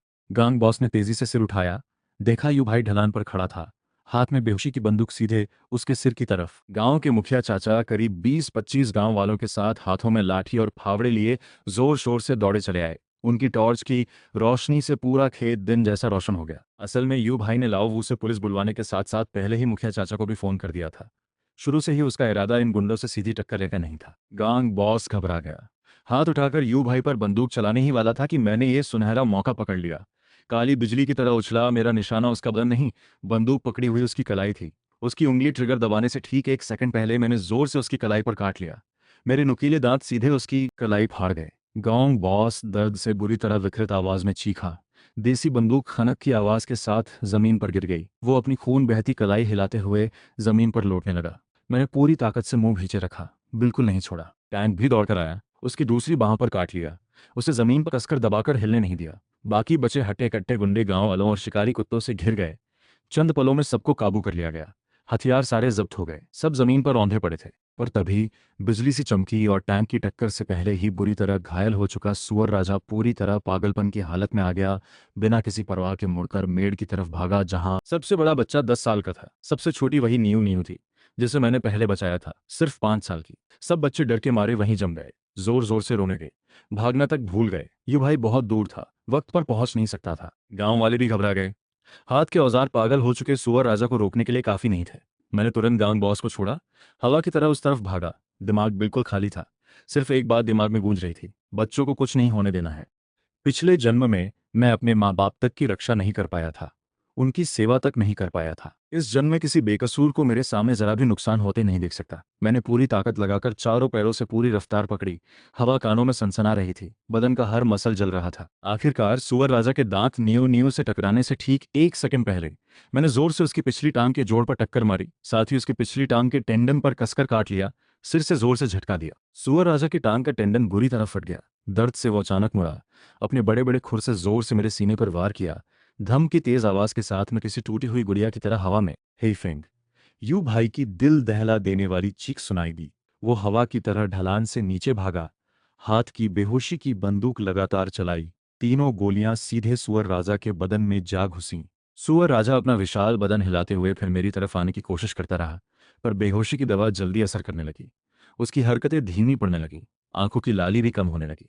कुछ मिनटों बाद सुअर राजा का विशाल बदन डगमगाते हुए जमीन पर गिर पड़ा, पूरी तरह बेहोश हो गया। यू भाई मेरे पास दौड़कर आया, धड़ाम से घुटनों के बल गिरा, हाथ कांप रहे थे। बहुत सावधानी से मुझे गोद में उठाया, आवाज भर्रा गई, ऐसी घबराहट जो मैंने कभी नहीं सुनी थी। हे फेंग, बर्दाश्त कर, सोना मत, लाओवू, लाओवू, जल्दी आओ। मैं उसकी गोद में लेटा उसकी लाल हो चुकी आंखों को देखता रहा। माथे से ठंडा पसीना लगातार टपक रहा था। मैंने मुश्किल से सिर उठाकर उसका हाथ धीरे से चाटा। रो मत यू भाई, मैंने तुम्हारी इज्जत नहीं गिराई, मैंने बच्चों को बचा लिया। लाओ वो। तब तक होश में आ चुका था। माथे का जख्म दबाए लड़खड़ाते हुए दौड़ा आया, जल्दी जल्दी मुझे खून रोकने का इंजेक्शन दिया। फिर तेजी से मेरे जख्म जांचे। राहत की सांस लेते हुए यू भाई से बोला, ठीक है, ठीक है। दो पसलियां टूटी हैं, अंदरूनी अंग सुरक्षित है। इसकी किस्मत बहुत मजबूत है, मरेगा नहीं। यू भाई ने राहत की सांस ली, मुझे कसकर गोद में भींच लिया, बार बार मेरा सिर सहलाता रहा। हरकत इतनी हल्की जैसे मुझे तकलीफ न हो। तो सच में बहादुर निकला। आधे घंटे बाद दूर से सायरन की आवाज आई। लाल नीली रोशनी पूरी घाटी में फैल गई। पुलिस दौड़ी आई। गांग बॉस और उसके पूरे गैंग को गाड़ी में डालकर ले गई। अब उनका इंतजार सबसे सख्त कानूनी सजा कर रहा था। फॉरेस्ट डिपार्टमेंट के लोग भी पहुंचे। बेहोश सुअर राजा और काबू में आए बाकी सुअरों को वाइल्ड लाइफ रेस्क्यू सेंटर ले गए। गांव वाले हमारे चारों तरफ खड़े होकर लगातार तारीफ करते रहे। मुझे बचाई हुई नीयू नीयू माँ का हाथ पकड़कर दौड़ती हुई मेरे पास आई। जेब से सारी मलाई टॉफियां निकाल दी। बड़ी सावधानी से रैपर खोलकर मेरे मुंह के पास लाई। आंखों में आंसू भरे। कुत्ते, टॉफी खा लो, टॉफी खाने से दर्द नहीं होता। मुंह में भरी खून की गंध पर टॉफी की मिठास छा गई। अड्डे लौटते वक्त मैं यू भाई की गोद में लेटा रहा। खिड़की के बाहर पीछे भागती रात को देखता रहा। दिल में एक अजीब सा सुकून था जो पहले कभी महसूस नहीं हुआ। मैं आखिरकार वो पूरी जिंदगी दबा हुआ, कमजोर, नौकरी में घुटता हुआ इंसान नहीं रहा। मैं हेइफेंग हूँ। वो हेइफेंग जो अपनों की रक्षा कर सकता है, जिनकी रक्षा करनी है उन्हें बचा सकता है। अड्डे लौटकर मेरा लंबा इलाज शुरू हुआ। यू भाई ने छुट्टी ले ली, दिन रात मेरे पास रहा। एक पल के लिए भी नहीं छोड़ा। मेरे लिए खास खाना बनाता रहा। कभी उबला हुआ गोश्त, कभी अंडा भाप में पकाकर, कभी लिवर का सालन। हर दिन कुछ नया। मुझे इतना खिला दिया कि मेरा बदन चमकने लगा। झड़े हुए बाल भी वापस उगाए, काले चमकदार रेशम जैसे। लाओ वो रोज आकर मेरी दवाई और इंजेक्शन बदलता मुझे दिन ब दिन। ये कुत्ता सच में किस्मत वाला निकला। कोई और कुत्ता होता तो सुअर राजा की उस लात से वहीं खत्म हो जाता, पर ये तो बस आधे महीने में ही चलने फिरने लगा। यू भाई हंसते हुए मेरा सिर सहलाता, आंखों में पूरा गर्व झलकता। देखो तो किसका कुत्ता है। अड्डे के बाकी कुत्ते भी मुझे हीरो मानने लगे। वो कुत्ता जो पहले मुझे पीछा करता था अब मेरे पिंजरे के दरवाजे पर टिका रहता। मैं जहां जाता वो साथ चलता, आंखों में पूरी इज्जत। दोनों तेज रफ्तार वाले शिकारी कुत्ते जब भी पहाड़ी गश्त से लौटते, पकड़ा हुआ खरगोश या मुर्गी पहले मेरे सामने लाकर रखते, कमर झुकाए पूंछ हिलाते रहते। यहां तक कि हमेशा गर्व से रहने वाला टैंक भी अब हर सुबह अपने कटोरे से एक टुकड़ा मीट उठाकर मेरे कटोरे में डाल देता। ट्रेनिंग के वक्त वो खुद मेरे साथ रहता, मेरे जख्म वाली जगह को बचाकर चलता, डरता कि मुझे कहीं चोट ना लग जाए। हम दोनों जो शुरू में सख्त दुश्मन थे अब जान देने वाले भाई बन गए थे। अड्डे में फिर से पुराना सुकून लौट आया, बल्कि पहले से भी ज्यादा रौनक हो गई। आसपास के गांव वाले अक्सर घर का बना खाना और कुत्तों के लिए स्नैक्स लेकर अड्डे आते हमें देखने। जब भी मैं बाहर निकलता, गांव वाले घेर कर हंसते हुए मेरा नाम पुकारते, सिर सहलाते, कहते मैं गांव की रक्षा करने वाला दैवीय कुत्ता हूं। कुछ लोग तो सिर्फ मुझे एक नज़र देखने के लिए कई किलोमीटर दूर से गाड़ी चला कर आते, फोटो खिंचवाते, कहते मुझसे आशीर्वाद लेना है। मैं एक ऐसा आवारा कुत्ता जिसे लोग मारते थे कभी भी खाने की डिश बन सकता था, अब आसपास के 10-12 गांव में मशहूर लीजेंड कुत्ता बन चुका था। पर दिल में एक बात हमेशा कांटे की तरह चुभती रही, गांग बॉस के पकड़े जाने से पहले कही वो बात। झांग साहब को कैसे पता कि मैं कब्र से दोबारा जन्मा हूं? ये सवाल कांटे की तरह मेरे दिल में हमेशा चुभता रहा, चैन से सोने नहीं देता। वो आखिर है कौन? उसे मेरे दोबारा जन्म का राज कैसे पता चला? पिछले जन्म में मेरी अचानक मौत सच में हादसा थी या नहीं? ये सारे सवाल कोहरे की तरह मुझे घेरे रहते, सांस लेना मुश्किल कर देते। आखिरकार 15 दिन बाद पुलिस अड्डे आई, यू भाई से मिलने, और मेरे दिल की पहली गुत्थी सुलझा गई। उस दिन सुबह वर्दी पहने दो पुलिस वाले अड्डे में घुसे, हाथ में फाइल लिए, चेहरे बहुत गंभीर। यू भाई उन्हें ऑफिस में ले गया।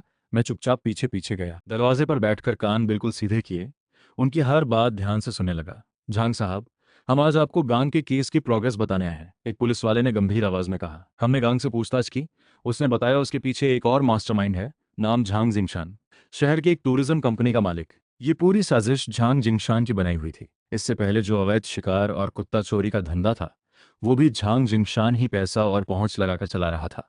झांग जिंगशान यानी वही झांग साहब। मेरे बदन के बाल तुरंत खड़े हो गए, पंजे जमीन में कसकर जम गए। पिछले जन्म में मैं उसी की कंपनी में लंबे समय तक नौकरी करता रहा। वो रोज मुझसे ओवरटाइम कराता, प्रोजेक्ट बार बार बदलवाता, मेरी मेहनत को अपना बताकर तरक्की पाता रहा। मरने के बाद भी मेरी लाश पर पैर रखकर आगे बढ़ता। मैंने कभी सोचा नहीं था कि वो इतने सारे गैर कानूनी धंधों में शामिल है।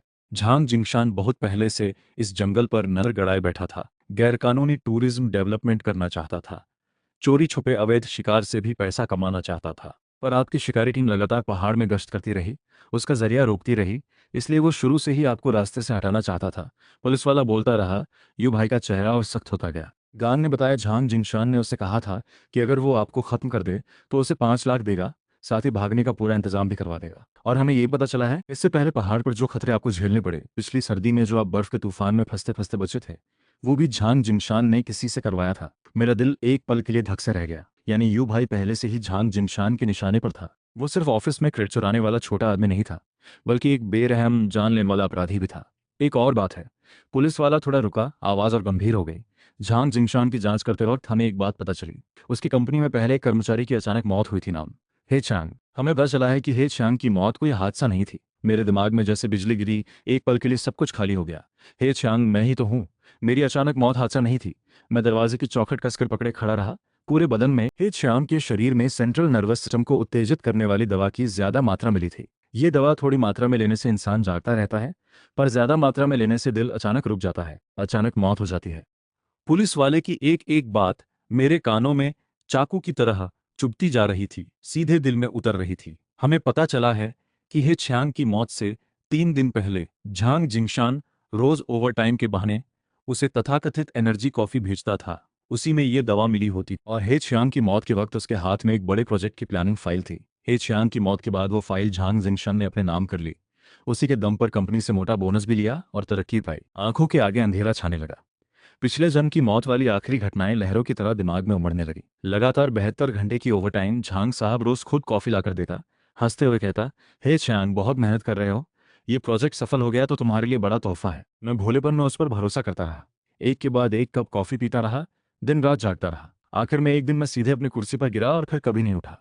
मैं हमेशा सोचता था कि मेरी मौत मेरी खुद की लापरवाही से हुई, ज्यादा ओवरटाइम की वजह से। पर मैंने कभी सोचा नहीं था कि झांग जिंगशान ने अपने हाथों से मुझे मारा था, सिर्फ मेरी फाइल के लिए, अपनी तरक्की और तनख्वाह बढ़ाने के लिए। उसने इतनी आसानी से मेरी पूरी जिंदगी बर्बाद कर दी, मेरे माँ बाप की आधी जिंदगी बर्बाद कर दी। मेरा पूरा बदन बेकाबू होकर कांपने लगा, आंसू बेकाबू होकर बहने लगे, मुंह के नमकीन स्वाद के साथ मिलकर जमीन पर टपकने लगे। पिछले जन्म में मैं कितना भोला था। मैंने उसे बॉस समझा, सीनियर समझा, दिल जान लगाकर उसके लिए काम किया, खुद को पूरी तरह निचोड़ दिया, पर आखिर में उसी ने मुझे नरक में धकेल दिया। मेरे माँ बाप का मेरी अंतिम यात्रा में फूट फूट कर रोना फिर से आंखों के सामने आ गया। दिल जैसे किसी ने चीर दिया हो, सांस लेना मुश्किल हो गया। हे फेंग, क्या हुआ तुझे? यू भाई ने मेरी कराहने की आवाज सुनी, दरवाजा खोलकर बाहर आया। मुझे जमीन पर कांपते और आंसू बहाते देखकर तुरंत झुका, मुझे गोद में उठा लिया। क्या हुआ? जख्म फिर दुखने लगा क्या? उसने हाथ से मेरे चेहरे के आंसू पोंछे, आवाज में पूरी फिक्र थी। मैंने सिर उसकी गोद में छुपा लिया, गले से दुखी और तकलीफ भरी आवाज निकाली, बिल्कुल किसी बड़ी नाइंसाफी झेलने वाले बच्चे जैसी। यू भाई को जैसे कुछ समझ आ गया हो। उसने धीरे धीरे मेरी पीठ थपथपाई, बार बार सहलाता रहा। मुझे पता है तेरे दिल में कुछ बात है, मैं सब समझता हूँ, कोई बात नहीं, मैं हूं ना। पुलिस वाले भी बाहर आ गए, हैरानी से मुझे देखते रहे। चांग साहब, ये कुत्ता हमारी बात समझ रहा है क्या? यू भाई ने सिर हिलाया, मेरा सिर सहलाते हुए, आंखों में पूरी दृढ़ता थी। ये आम कुत्ता नहीं है, ये मेरा भाई है, मेरा साथी है। फिर उसने सिर उठाकर पुलिस वालों की तरफ देखा, आवाज में पूरी दृढ़ता। झांग जिंगशान, ये हैवान सिर्फ हे छियांग को ही नहीं मारा, कई बार मुझे भी मारने की कोशिश की है। इस मामले में मैं जरूर मदद करूंगा, आपके साथ मिलकर इस हैवान को कानून के हवाले करूंगा। उस दिन से यू भाई पुलिस के साथ मिलकर झांग जिंगशान के खिलाफ सबूत जुटाने में जुट गया। पर झांग जिंगशान बहुत चालाक निकला, हर काम बहुत सफाई से करता था। उसने सारे गैरकानूनी काम गोंग बॉस से करवाए, खुद पर्दे के पीछे छुपा रहा। लगभग कोई सीधा सबूत नहीं छोड़ा। गोंग बॉस ने भले सब कुछ कबूल कर लिया, पर ठोस सबूत के बिना झांग जिंगशान को दोषी साबित नहीं किया जा सकता था। पुलिस ने आधे महीने से ज्यादा जांच की, फिर भी कोई प्रगति नहीं हुई। झांग जिंगशान अभी भी आजाद घूम रहा था, बल्कि मीडिया के सामने खुद को दयालु समाज सेवी बिजनेसमैन दिखाता, आवारा जानवरों के आश्रय स्थल को थोड़े पैसे दान करके अच्छी छवि बनाता। मैं मोबाइल स्क्रीन पर झांग जिंगशान की झूठी मुस्कान देखकर गुस्से से बेकाबू होकर कांपने लगा। यू भाई का दिया हुआ चबाने वाला खिलौना काट कर टुकड़े कर दिया। यह हत्यारा इतने आराम से कैसे जी सकता है? मैं इसे यूं ही आजाद नहीं रहने दूंगा। मैं क्या कर सकता हूँ? मैं जमीन पर लेटकर तेजी से दिमाग दौड़ाने लगा। पिछले जन्म में झांग जिंगशान के साथ 5 साल काम करके उसकी हर आदत, हर राज मुझे पता था। वो बहुत सावधान इंसान था, गैरकानूनी काम में कभी अपना बैंक अकाउंट या फोन इस्तेमाल नहीं करता था। पर उसकी एक आदत नहीं छूटती थी। उसके पास एक एनक्रिप्टेड हार्ड डिस्क थी, जिसमें उसके सारे गैरकानूनी रिकॉर्ड, उसके पार्टनर्स के साथ चैट, पैसे ट्रांसफर के सबूत, सब कुछ था। उसने वो हार्ड डिस्क अपने ऑफिस में एक ऐसी जगह छुपाई थी जो किसी को पता नहीं थी। पिछले जन्म में मैं देर रात तक ऑफिस में काम करते हुए एक बार गलती से देख चुका था। हार्ड डिस्क उसके ऑफिस में लगी पहाड़ नदी की पेंटिंग के पीछे दीवार में बने एक गुप्त खाने में छुपी थी। ये बात उसके सिवा सिर्फ मुझे पता थी। ये याद आते ही मेरी आंखें चमक उठी, रास्ता मिल गया। मैं तुरंत यू भाई के सामने भागा, पागलों की तरह उसकी टांग पर पंजे मारने लगा। सिर उसकी टांग से रगड़ता रहा, फिर उसका पैंट पकड़कर दरवाजे की तरफ खींचने लगा।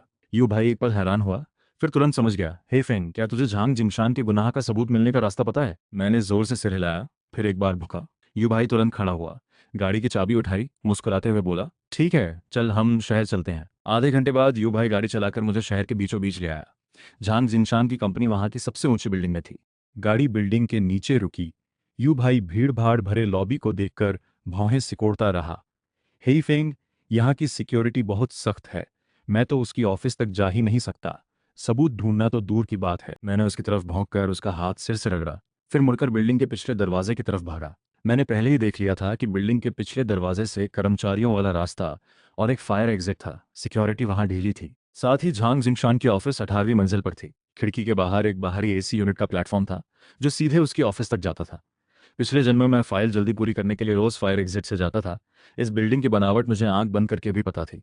यू भाई तुरंत मेरा इशारा समझ गया, तुरंत मेरा हाथ पकड़ा। आंखों में पूरी फिक्र थी। है फेंग, नहीं, बहुत खतरनाक है। 18वीं मंजिल से गिरा तो सब खत्म हो जाएगा।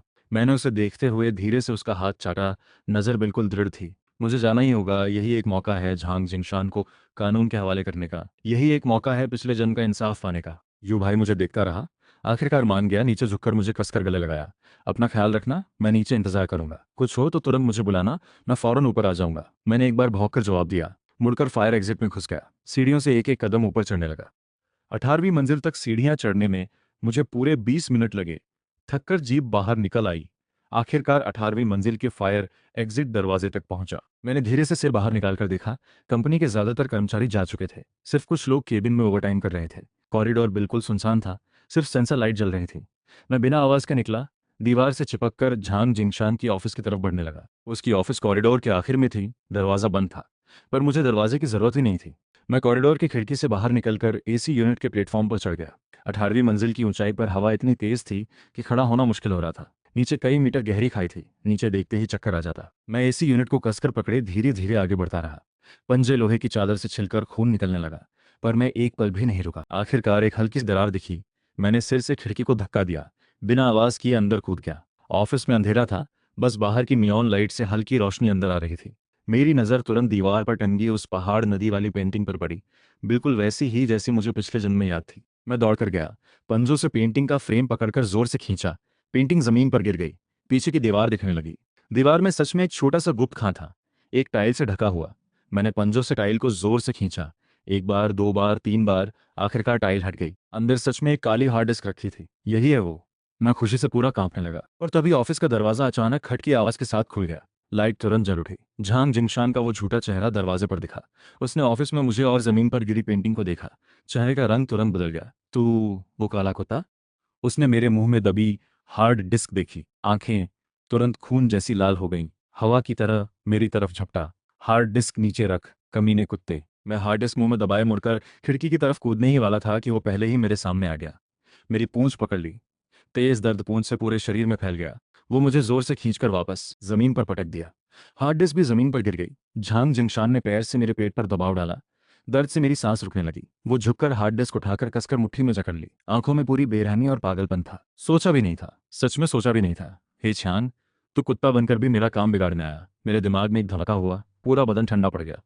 उसे पता था, उसे हमेशा से पता था कि मैं ही हे छान हूँ। सोच रहा है ना, मुझे कैसे पता कि तू हे छान है? झांग जिंगशान मेरे पेट पर पैर रखे, झुककर, चेहरे पर घिनौनी मुस्कान लिए मेरे कान के पास आकर धीरे धीरे बोला, तेरे दोबारा जन्म लेने वाले दिन से ही मुझे पता था। तुझे लगता है तो क्यों दोबारा जन्मा? अगर मैं ना होता तो तू कमोड से निकलकर कुत्ता कैसे बन पाता? मैं पूरी तरह सन्न रह गया। मेरा दोबारा जन्म लेना, ये उसी से जुड़ा हुआ था। तुझे लगता है मैंने जो दवा तुझे पिलाई वो सिर्फ तुझे मारने के लिए थी? वो दवा इंसान की आत्मा को शरीर से अलग कर सकती है। मैं तो चाहता था तेरी आत्मा पूरी तरह बिखर जाए, हमेशा के लिए खत्म हो जाए, पर सोचा नहीं था तू उस कुत्ते के शरीर में आ जाएगा और जिंदा रह जाएगा। झांग जिंगशान की हंसी और पागल होती गई।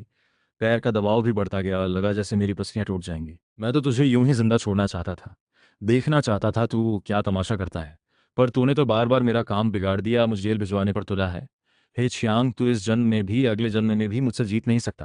कहते हुए उसने अपनी मेज से चमकता हुआ चाकू निकाला, नोक सीधे मेरी आंख की तरफ। चूंकि तू इतना नासमझ है तो मैं तुझे पूरी तरह खत्म कर देता हूँ। इस बार तेरी आत्मा को पूरी तरह बिखेर दूंगा। दोबारा कुत्ता बनने का मौका भी नहीं मिलेगा। उसने चाकू उठाकर सीधे मेरे सिर पर वार करने ही वाला था। कि ठीक उस नाजुक पल में मैंने पूरी ताकत लगाकर उसकी टखने पर जोर से काट लिया। मेरे नुकीले दांत उसकी चमड़ी फाड़कर अंदर घुस गए। वो दर्द से बुरी तरह चीखा। हाथ का चाकू जमीन पर गिरा। वो लड़खड़ाकर पीछे की तरफ जमीन पर गिर पड़ा। मैंने मौका पाकर जमीन पर पड़ी हार्ड डिस्क मुंह में उठाई। हवा की तरह खिड़की की तरफ भागा। कूदकर एसी यूनिट के प्लेटफॉर्म पर चढ़ गया। पकड़ो उसे, भागने मत देना झांग। खिड़की की तरफ झपटा। मैं हार्ड डिस्क मुंह में दबाए एसी प्लेटफॉर्म पर हवा की तरह फायर एग्जिट की खिड़की की तरफ भागा। पीछे उसके बॉडीगार्ड पीछा करते रहे। जैसे ही एक बॉडीगार्ड का हाथ मुझे पकड़ने ही वाला था, मैंने छलांग लगाकर फायर एग्जिट की खिड़की में कूद गया। सीढ़ियों से हवा की तरह नीचे भागने लगा। पीछे कदमों की आवाज और गालियां लगातार आती रहीं। मैंने पीछे मुड़कर नहीं देखा, बस दौड़ता रहा। मुंह में हार्ड डिस्क कसकर दबाए बिल्कुल नहीं छोड़ी। ये झांग जिंगशान की गुनाह का सबूत था। मैंने अपनी जान दांव पर लगाकर हासिल किया था। इसे वापस छीनने नहीं दूंगा। आखिरकार मैं ग्राउंड फ्लोर पर पहुंचा। फायर एग्जिट से बाहर निकला। तुरंत नजर पड़ी दरवाजे पर इंतजार करते यू भाई पर। यू भाई ने मुझे बुरी तरह जख्मी देखा। हे फेंग। पीछे बॉडीगार्ड भी दौड़ते आए।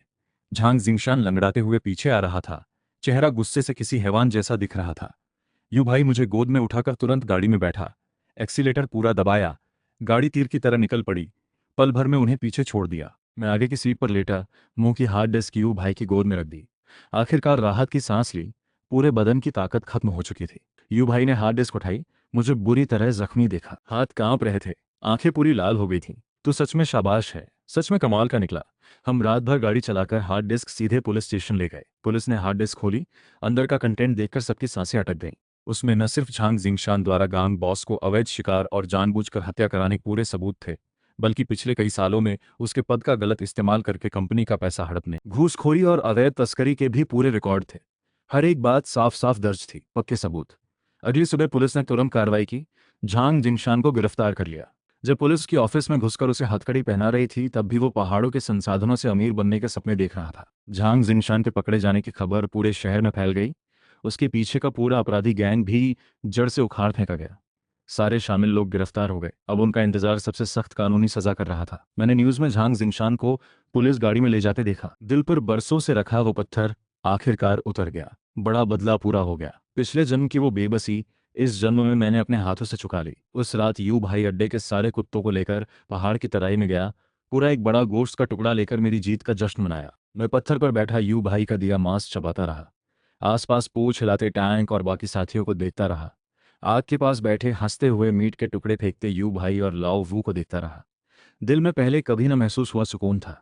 मैं आखिरकार वो बनकर रह गया जो मैं बनना चाहता था। अब वो डरपोक, हर किसी से दबने वाला हे चैंग नहीं रहा, बल्कि अपने दम पर खड़ा होने वाला, बदला लेने वाला, अपनों की रक्षा करने वाला है फैंग बन गया। दिन गुजरते गए। देखते ही देखते सर्दी आ गई। पहाड़ों पर पहली बर्फ गिरी। चारों तरफ सफेदी छा गई। नज़ारा बेहद खूबसूरत था। मैं, टैंक और बाकी साथी रोज यू भाई के साथ पहाड़ की गश्त पर जाते, ताकि बर्फ के बहाने कोई चोरी छुपे अंदर न घुस सके। हमारी शिकारी टीम भी दिन ब दिन बड़ी होती जा रही थी। पहले जो देसी कुत्ते उस कटलगाह से बचाए गए थे, उनमें से कई अब अड्डे भेजे जा चुके थे। ट्रेनिंग के बाद बेहतरीन रक्षक कुत्ते बन गए थे। हमारी टीम में शामिल हो गए थे। आसपास के गांवों में जिस किसी के घर देसी कुत्ता होता, वो गर्व से कहता, हमारा कुत्ता भी हेफिंग जैसी नस्ल का है, सबसे होशियार और मालिक की रक्षा करने वाला। कई लोग तो खास तौर पर आवारा देसी कुत्तों को गोद लेने लगे, उन्हें एक घर देने लगे। मैं ये सब देखकर दिल से खुश होता। मैंने कमोड में छलांग लगाकर दोबारा जन्म ही इसलिए लिया था कि साबित कर सकूं देसी कुत्ते कभी भी उन नस्ली पालतू कुत्तों से कम नहीं होते। अब मैंने ये कर दिखाया था। पर सुकून भरे दिनों में कभी कभी कोई मुसीबत अचानक आ ही जाती है। उस दिन हम गश्त से लौटे ही थे। अड्डे के गेट पर पहुंचते ही एक जानी पहचानी शक्ल दिखी। गेट पर इंतजार कर रही थी। वो पिल्लों को गोद लेने वाली बूढ़ी दादी थी। दादी की आंखें लाल थीं। हाथ में कपड़े का थैला लिए खड़ी थी। हमें आता देखकर तुरंत आगे बढ़ी। यू भाई का हाथ पकड़कर आंखों से आंसू बहने लगे। झांग साहब, है फेंग, प्लीज मेरे उन 3 बच्चों को बचा लो। मेरा दिल एकदम मिट गया। वो 3 पिल्ले पीली कुतिया ने जान देकर बचाए थे। मैं उन्हें हमेशा याद रखता था। बीच बीच में यू भाई के साथ उन्हें देखने जाता, खाना ले जाता। वो अब आधे बड़े हो चुके थे, बहुत चंचल। मुझे देखते ही दौड़कर लिपट जाते, पूंछ हिलाते, मुंह चाटते, मुझे अपना परिवार मानते थे। दादी घबराइए मत, धीरे धीरे बताइए क्या हुआ। यू भाई ने तुरंत दादी को सहारा दिया। फिक्र भरी आवाज में पूछा, कल रात पहाड़ से एक भेड़िया उतरा, मेरी सारी मुर्गियां मार डाली और वो तीनों पिल्ले भी उठाकर ले गया। मैं बर्फ में पड़े पैरों के निशान पीछा करते हुए काफी देर चली। पहाड़ के नीचे तक पहुंची, फिर अंदर जाने की हिम्मत नहीं हुई। वहां भेड़ियों की मांद है, दादी रोते हुए बोली। पूरा बदन कांप रहा था। मेरा दिल तुरंत तली तक बैठ गया, बदन के बाल खड़े हो गए। अरे इस पहाड़ में भेड़ियों का झुंड भी है। मैं पहले यू भाई के साथ इतनी बार गश्त पर गया, कभी भेड़िया नहीं दिखा। बस लाओ से सुना था कि गहरे पहाड़ में भेड़ियों के झुंड हैं। पर वो शायद ही कभी नीचे उतरते। गांव के कुत्ते को उठाकर ले जाना तो और भी अजीब बात थी। दादी घबराइए मत, हम अभी पहाड़ में जाते हैं, जरूर आपके पिल्ले वापस लाएंगे। यू भाई तुरंत पलटकर अड्डे से सामान लाया। बेहोशी की बंदूक, शिकार का चाकू, टॉर्च, सब तैयार। मैं, टैंक, वो कुत्ता और 3 और शिकारी कुत्ते पहले से ही तैयार खड़े थे गाड़ी के पास। आंखों में पूरी बेरहमी की चमक थी। वो 3 पिल्ले, मैंने पीली कुतिया से वादा किया था कि उनकी रक्षा करूंगा, उन्हें कुछ नहीं होने दूंगा। यू भाई ने गाड़ी स्टार्ट की। हम सीधे गहरे पहाड़ की तरफ चल पड़े। बर्फ लगातार गिरती रही। पहाड़ का रास्ता बर्फ से ढका, चलना मुश्किल होता गया। गाड़ी आधे घंटे तक चली, फिर आगे जा ही नहीं पाई। हमें गाड़ी छोड़कर पैदल पहाड़ में जाना पड़ा। बर्फ में साफ भेड़िए के पंजों के निशान थे, साथ ही पिल्लों के छोटे पंजों के निशान भी, जो गहरे पहाड़ की तरफ बढ़ते जा रहे थे। मैं नाक बर्फ पर सटाए पिल्लों की गंध कसकर पकड़ता रहा। यू भाई को कदम कदम पहाड़ में आगे ले गया। करीब 2 घंटे चलने के बाद हम आखिरकार एक बंद पड़ी खदान के मुहाने पर पहुंचे। पिल्लों की गंध और भेड़ियों की तेज बदबू उसी खदान से आ रही थी। यू भाई ने हमें इशारा किया, रुकने को कहा। उसने टॉर्च बंद कर दी। खदान के मुहाने पर लेटकर अंदर की आवाज सुनने लगा।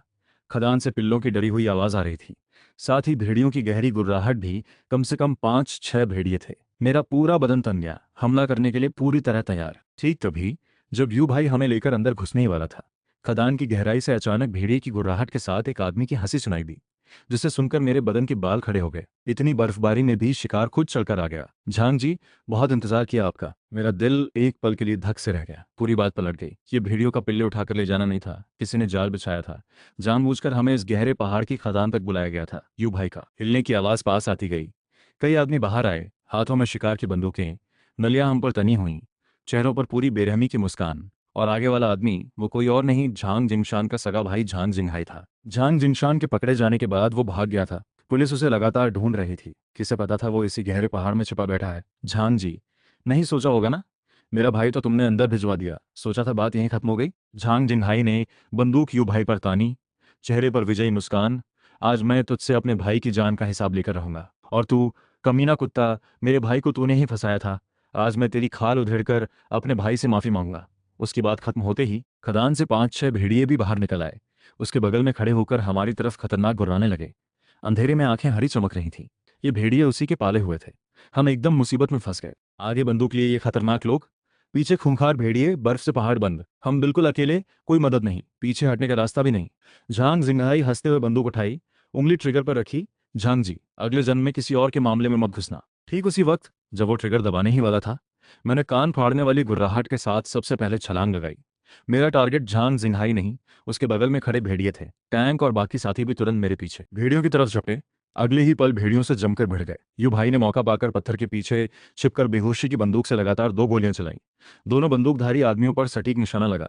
वो दोनों तुरंत बर्फ में गिर पड़े। पूरा माहौल अफरा तफरी में बदल गया। झांग जिंगहाई की आंखें गुस्से से लाल हो गईं। बंदूक उठाकर मेरी तरफ ट्रिगर दबा दी। धाएं की आवाज घाटी में गूंजी। मैं तुरंत बगल में हटा। गोली मेरे बदन को छूती हुई बर्फ में जा घुसी। बर्फ के छींटे उड़ गए। ठीक जैसे ही मैं जमीन पर उतरा, एक स्लेटी भेड़िया मेरी तरफ झपटा। खुले जबड़े में नुकीले दांत चमक रहे थे। मुझे बचने का मौका नहीं मिला। दर्द से पूरा बदन कांप गया, पर मैंने मुंह बिल्कुल नहीं छोड़ा। उसकी गर्दन कसकर पकड़े रखी, जोर से झटका। स्लेटी भेड़िया दर्द से चीखा, मुंह छूट गया, बर्फ में गिर पड़ा। खून से सफेद बर्फ लाल हो गई। पर तभी पीछे से टैंक की चीख सुनाई दी। मैं तुरंत मुड़ा। देखा, टैंक ने यू भाई को बचाने की कोशिश में झांग जिंगहाई की बंदूक की गोली टांग में खाली थी। बर्फ में गिर पड़ा। जख्म से खून लगातार बहकर बड़ा सा हिस्सा लाल कर रहा था। झांग जिंगहाई बंदूक उठाए एक एक कदम यू भाई की तरफ बढ़ रहा था, चेहरे पर पूरा पागलपन।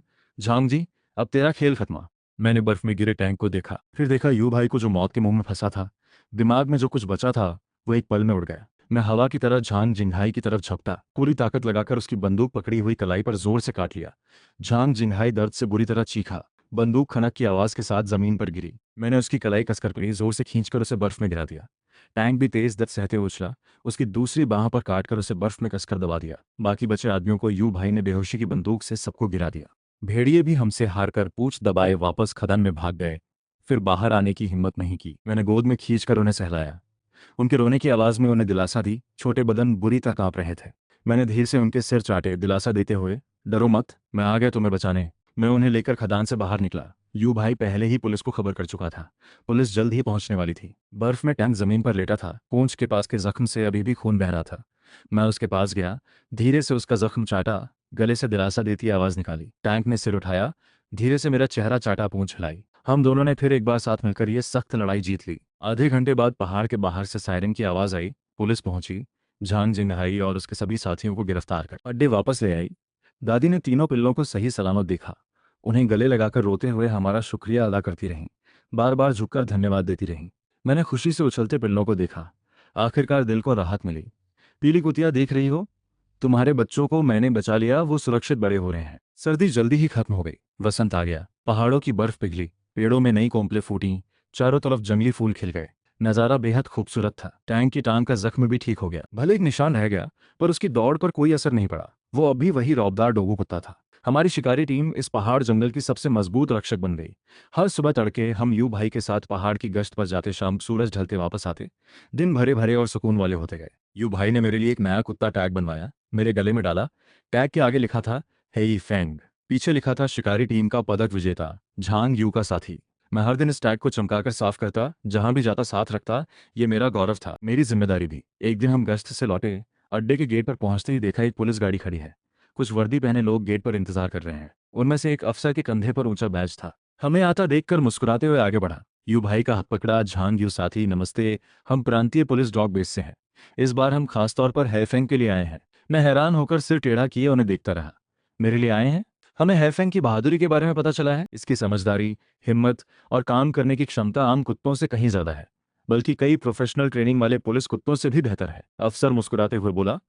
नजर मुझ पर टिकी, आंखों में पूरी तारीफ। हम चाहते हैं हेफेंग हमारे प्रांतीय पुलिस डॉग बेस में शामिल हो, एक असली पुलिस कुत्ता बने। हम इसे बेहतरीन ट्रेनिंग देंगे, बेहतरीन सुविधाएं देंगे, ताकि ये और बड़ा काम कर सके, असली पदक विजेता कुत्ता बने। यू भाई एक पल के लिए ठिठका, नीचे मुझे देखा। आंखों में दुविधा और थोड़ी झिझक भी थी। उसे पता था ये मेरे लिए बहुत बड़ा मौका है, बहुत बड़ा सम्मान। अड्डे के सारे लोग मुझे देखने लगे। लाओ वू और वो कुत्ता भी चुप हो गए। मैंने उस अफसर को देखा, फिर यू भाई की तरफ देखा, फिर बगल में खड़े टैंक और उस कुत्ते को देखा, फिर इस अड्डे को देखा जहां मैं करीब 1 साल से रह रहा था, इस पहाड़ जंगल को जिसकी मैंने रक्षा की थी। मैं आगे बढ़ा, 2 कदम चलकर सिर यू भाई की गोद में छुपा दिया, फिर मुड़कर उस अफसर की तरफ देखा, धीरे से सिर हिला दिया। ना मैं। पीछे हटकर यू भाई के पास खड़ा हो गया। मैं नहीं जाऊंगा, यहाँ मेरा घर है। यू भाई मेरा मालिक है, मेरा भाई है, मेरा साथी है। मैं कहीं नहीं जाऊंगा।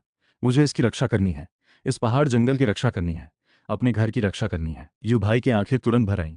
वो झुककर मुझे कसकर गले लगाकर बार बार मेरा सिर सहलाने लगा। वो अफसर एक पल हैरान हुआ, फिर मुस्कुराते हुए यू भाई से बोला, लगता है हैफिंग ने अपना फैसला ले लिया।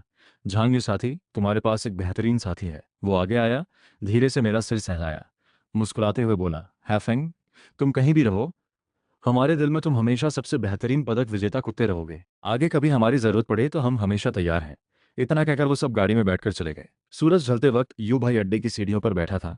मैं उसके पास लेटा था। टैंक और वो कुत्ता चुपचाप हमारे इर्द गिर्द बैठे थे। यू भाई मेरा सिर सहलाते हुए दूर पहाड़ जंगल को देखते हुए धीरे से बोला, हे फिंग, तुझे लगता है हम पूरी जिंदगी इसी पहाड़ की रक्षा कर पाएंगे? मैंने सिर उठाकर धीरे से उसका हाथ चाटा, एक बार भौंक कर जवाब दिया, जब तक मैं हूं, हमेशा तुम्हारे साथ रहूंगा, हमेशा इस पहाड़ जंगल की रक्षा करूंगा, हमेशा तुम्हारा साथी बना रहूंगा। दिन इसी तरह गुजरते गए, शांति से, सुकून से। मुझे लगा था मैं आखिरकार पिछले जन्म के सारे साए पीछे छोड़ चुका हूं। इस जन्म में बस चैन से यू भाई के साथ रहकर इस पहाड़ जंगल की रक्षा करते हुए जिंदगी गुजार दूंगा। पर मुझे नहीं पता था कि इससे भी बड़ा राज अभी आगे इंतजार कर रहा था। उस रात मुझे एक सपना आया। सपने में मैं फिर पिछले जन्म की उस रात में फंस गया जब मेरी अचानक मौत हुई थी। मैं अपनी कुर्सी पर बैठा था। होश धीरे धीरे खोता जा रहा था, पर साफ देख पा रहा था कि होश खोने से ठीक 1 सेकंड पहले झांग जिंगशान मेरे बगल में खड़ा था, हाथ में एक अजीब सा काला डिब्बा लिए। मुंह से कोई अजीब मंत्र बुदबुदा रहा था। चेहरे पर एक रहस्यमय मुस्कान थी, और मेरी आत्मा उसी काले डिब्बे ने मेरे शरीर से खींच ली थी। फिर मुझे कमोड में फेंक दिया गया था। फिर जब आंख खुली तो मैं यही हैफेंग बन चुका था। सपने का दृश्य धीरे धीरे और साफ होता गया। मैंने देखा उस काले डिब्बे पर अजीब से निशान बने थे, साथ ही एक बेहद जाना पहचान चिन्ह भी। वो चिन्ह मैंने झांग जिंगशान की ऑफिस में भी देखा था, गांग बॉस के कुत्ता चोरों वाले अड्डे में भी देखा था, यहाँ तक कि इस गहरे पहाड़ की बंद खदान में भी देखा था। मैं झटके से सपने से जाग गया। पूरा बदन पसीने से भीगा उठा, दिल तेजी से धड़क रहा था। यानी मेरा दोबारा जन्म लेना कभी हादसा नहीं था। ये झांग जिनशान ने उसी काले डिब्बे से खुद किया था। पर उसका असली मकसद क्या था? उसने मुझे क्यों दोबारा जन्म देकर कुत्ता क्यों बनाया? वो काला डिब्बा आखिर था क्या चीज? मैं इसी उलझन में सोच ही रहा था कि अड्डे का दरवाजा अचानक जोर से खुला। लाओ वो लड़खड़ाते हुए अंदर भागा, चेहरा एकदम सफेद पड़ा हुआ, आवाज कांप रही थी। झांग यू, हे फिंग, बुरी खबर है, पहाड़ में कुछ हुआ है। यू भाई तुरंत बिस्तर से उछला, पास रखी बेहोश की बंदूक उठाई, शांति से पूछा, क्या हुआ? धीरे से बताओ। कुछ गांव वाले मशरूम तोड़ने पहाड़ में गए थे। वहां उन्हें एक गुफा मिली। अंदर बहुत सारे जानवरों की हड्डियां थी और इंसान की हड्डियां भी। दीवारों पर अजीब से निशान बने थे, बिल्कुल वैसे ही जैसे हमने पहले उस खदान में देखे थे। लाओ वू की बात सुनकर मेरे बदन के बाल तुरंत खड़े हो गए। सपने वाला वो काला डिब्बा, वो रहस्यमय चिन्ह और लाओ वू की बताई गुफा के निशान सब बिल्कुल मेल खा रहे थे। यू भाई ने दरवाजे के पास रखी शिकार की बंदूक उठाई, फुर्ती से गोली लोड की, नीचे मुझे देखा। आंखों में जरा भी घबराहट नहीं थी, बस हमेशा जैसी दृढ़ता। हे फेंग, टैंक, वो कुत्ता, मेरे साथ चलो। लाओ वू, तुम अड्डे में रुको, पुलिस से संपर्क करो, लोकेशन भेजो, हम पहले पहाड़ में जाकर हालात देखते हैं। मैंने भौंककर जवाब दिया। सबसे पहले दरवाजे तक भागा। पंजे सुबह की ओस भरी जमीन पर पड़े, बदन का हर मसल कसा हुआ था। उस गुफा में चाहे जो भी छिपा हो। गले से गहरी हामी भरने वाली आवाज निकली। उस खदान वाली मौत जिंदगी की लड़ाई के बाद हम दोनों जान देने वाले भाई बन चुके थे। जहां भी मैं आगे बढ़ूंगा वो हमेशा मेरे साथ रहेगा। वो कुत्ता दो तेज रफ्तार शिकारी कुत्तों के साथ पहले से ही आंगन की गेट पे खड़ा था। कान बिल्कुल सीधे, सतर्क नजर से पहाड़ की तरफ देख रहा था। आंखों में पूरा जोश था। इस 1 साल की ट्रेनिंग और असली लड़ाइयों के बाद वो जो पहले सुअर से घायल हुआ छोटा कुत्ता था, अब एक पूरी तरह काबिल रक्षक कुत्ता बन चुका था। यू भाई ने सामान का बैग पीठ पर लादा, पीछे मुड़कर अड्डे का बड़ा गेट बंद किया, आंगन में खड़ी जीप में कूद गया। मैं, टैंक और बाकी तुरंत उसके पीछे कूदे। दरवाजा बंद होते ही जीप समतल सड़क से गड्ढों वाले पहाड़ी रास्ते पर मुड़ गई। वसंत के जंगल में अभी अभी बारिश हुई थी। मिट्टी और हरी घास की महक खिड़की की दरार से अंदर आ रही थी, पर मेरा मन इन जंगली फूलों को निहारने में नहीं लगा। नाक लगातार हवा में हर अनजान गंध ढूंढती रही। दिमाग में बार बार वही सपना घूम रहा था, वो काला डिब्बा, वो रहस्यमय निशान और झांग जिंगशान का वो घिनौना चेहरा। मैं हमेशा सोचता था झांग जिंगशान ही इस पूरी साजिश का सरगना है, पर अब समझ आया वो तो बस पानी की सतह पर तैरता एक मोहरा था। असली मास्टरमाइंड अभी भी इस गहरे पहाड़ के कोहरे में छिपा हुआ था। और जो बात मुझे सबसे ज्यादा बेचैन कर रही थी, वो निशान मैंने सिर्फ झांग जिंगशान की ऑफिस और खदान में ही नहीं देखा था। पिछले जन्म में मेरे पिता की चीजों में भी बिल्कुल यही चिन्ह देखा था। बस उस वक्त मैं बहुत छोटा था, सोचा था पिता ने यूं ही कोई निशान मर दिया होगा, कभी ध्यान नहीं दिया। पिता के बारे में सोचते ही दिल जैसे किसी ने कसकर जकड़ लिया। पिछले जन्म में पिता जल्दी चल बसे थे। मुझे बस उनकी वर्दी पहने तस्वीर याद थी, उनकी चौड़ी हथेली याद थी। जाने से पहले बार बार कहते थे माँ का ख्याल रखना, ईमानदार इंसान बनना। पर मुझे कभी नहीं पता चला कि फौज छोड़ने के बाद उन्होंने आखिर क्या झेला। अचानक बीमार क्यों पड़े, होश क्यों खोने लगे। यू भाई को शायद मेरी बेचैनी का एहसास हो गया। उसने एक हाथ खाली करके धीरे से मेरा सिर सहलाया। मैं हूं ना। मैंने सिर उठाकर उसकी हथेली से सिर रगड़ा, गले से हल्की सी दिलासा देती आवाज निकाली। यू भाई, आखिर तुम्हारा मेरे पिता से क्या रिश्ता था? इस पहाड़ जंगल की रखवाली करना, क्या इसका उनकी मौत से भी कोई नाता है? जीप आधे घंटे और चली, फिर आगे बढ़ ही नहीं पाई। सामने का रास्ता कल रात की बारिश से बुरी तरह टूट चुका था। पत्थर और गिरे हुए तने रास्ता रोके थे, अब पैदल ही जाना था। यू भाई ने गाड़ी बंद की, बेहोशी की बंदूक और टॉर्च उठाकर दरवाजा खोलकर उतरा। मैं और टैंक वगैरह भी तुरंत उतरे, गाड़ी के पास कतार में लगकर यू भाई के हुक्म का इंतजार करने लगे। पुलिस को खबर करने वाला गांव वाला रास्ते में पहले से इंतजार कर रहा था। पहाड़ के नीचे रहने वाला बूढ़ा वांग चाचा हमें आता देखकर, झांग साहब आ गए आप, वो गुफा आगे ही है, चील की चोंच जैसी पहाड़ी के नीचे। मैं आज सुबह पोते के साथ मशरूम तोड़ने गया था, गलती से देख ली। अंदर का नज़ारा बहुत डरावना था। हड्डियां छोटी पहाड़ी जैसी ढेर लगी थीं, दीवारों पर टेढ़े मेढ़े अजीब निशान बने थे। देखने में बिल्कुल भुत्था लगा। यू भाई ने वांग चाचा के कंधे पर हाथ रखा, शांति से दिलासा दी। चाचा, घबराइए मत, आप पोते को लेकर नीचे चले जाइए, यहाँ का काम हम संभाल लेंगे। पुलिस जल्द पहुंचने वाली है, पहाड़ में यहाँ ठहरना सुरक्षित नहीं। वांग चाचा ने बार बार सिर हिलाया, हमारे पीछे खड़े कुत्तों को देखकर बुदबुदाया, हे फैंग साथ है तो जरूर सब ठीक हो जाएगा। ये बच्चा तो हमारे इस पहाड़ का देवता है, कहकर पोते का हाथ पकड़े पहाड़ से नीचे उतर गया। मैं उसकी बात सुनकर भी दिल में जरा राहत महसूस नहीं कर रहा था। पहाड़ का देवता ये नाम गांव वालों ने मुझे दिया था, प्यार भी था और मुझ पर पड़ी जिम्मेदारी भी। इस पहाड़ जंगल की रक्षा करना जरूरी था, बिल्कुल वैसे ही जैसे कभी मेरे पिता ने की थी। यू भाई ने हमें चुप रहने का इशारा दिया, आवाज धीमी करके हुक्म दिया, टैंक मेरे बाएं पीछे रहेगा, वो कुत्ता दोनों तेज कुत्तों के साथ दाएं तरफ से जाएगा, है फेंग सबसे आगे रास्ता देखेगा, कदम संभाल कर, पूरी सतर्कता रखना, अंदर की हालत साफ नहीं है, बेवजह हमला मत करना। हम सबने पूंछ हिलाकर हुक्म मान लिया।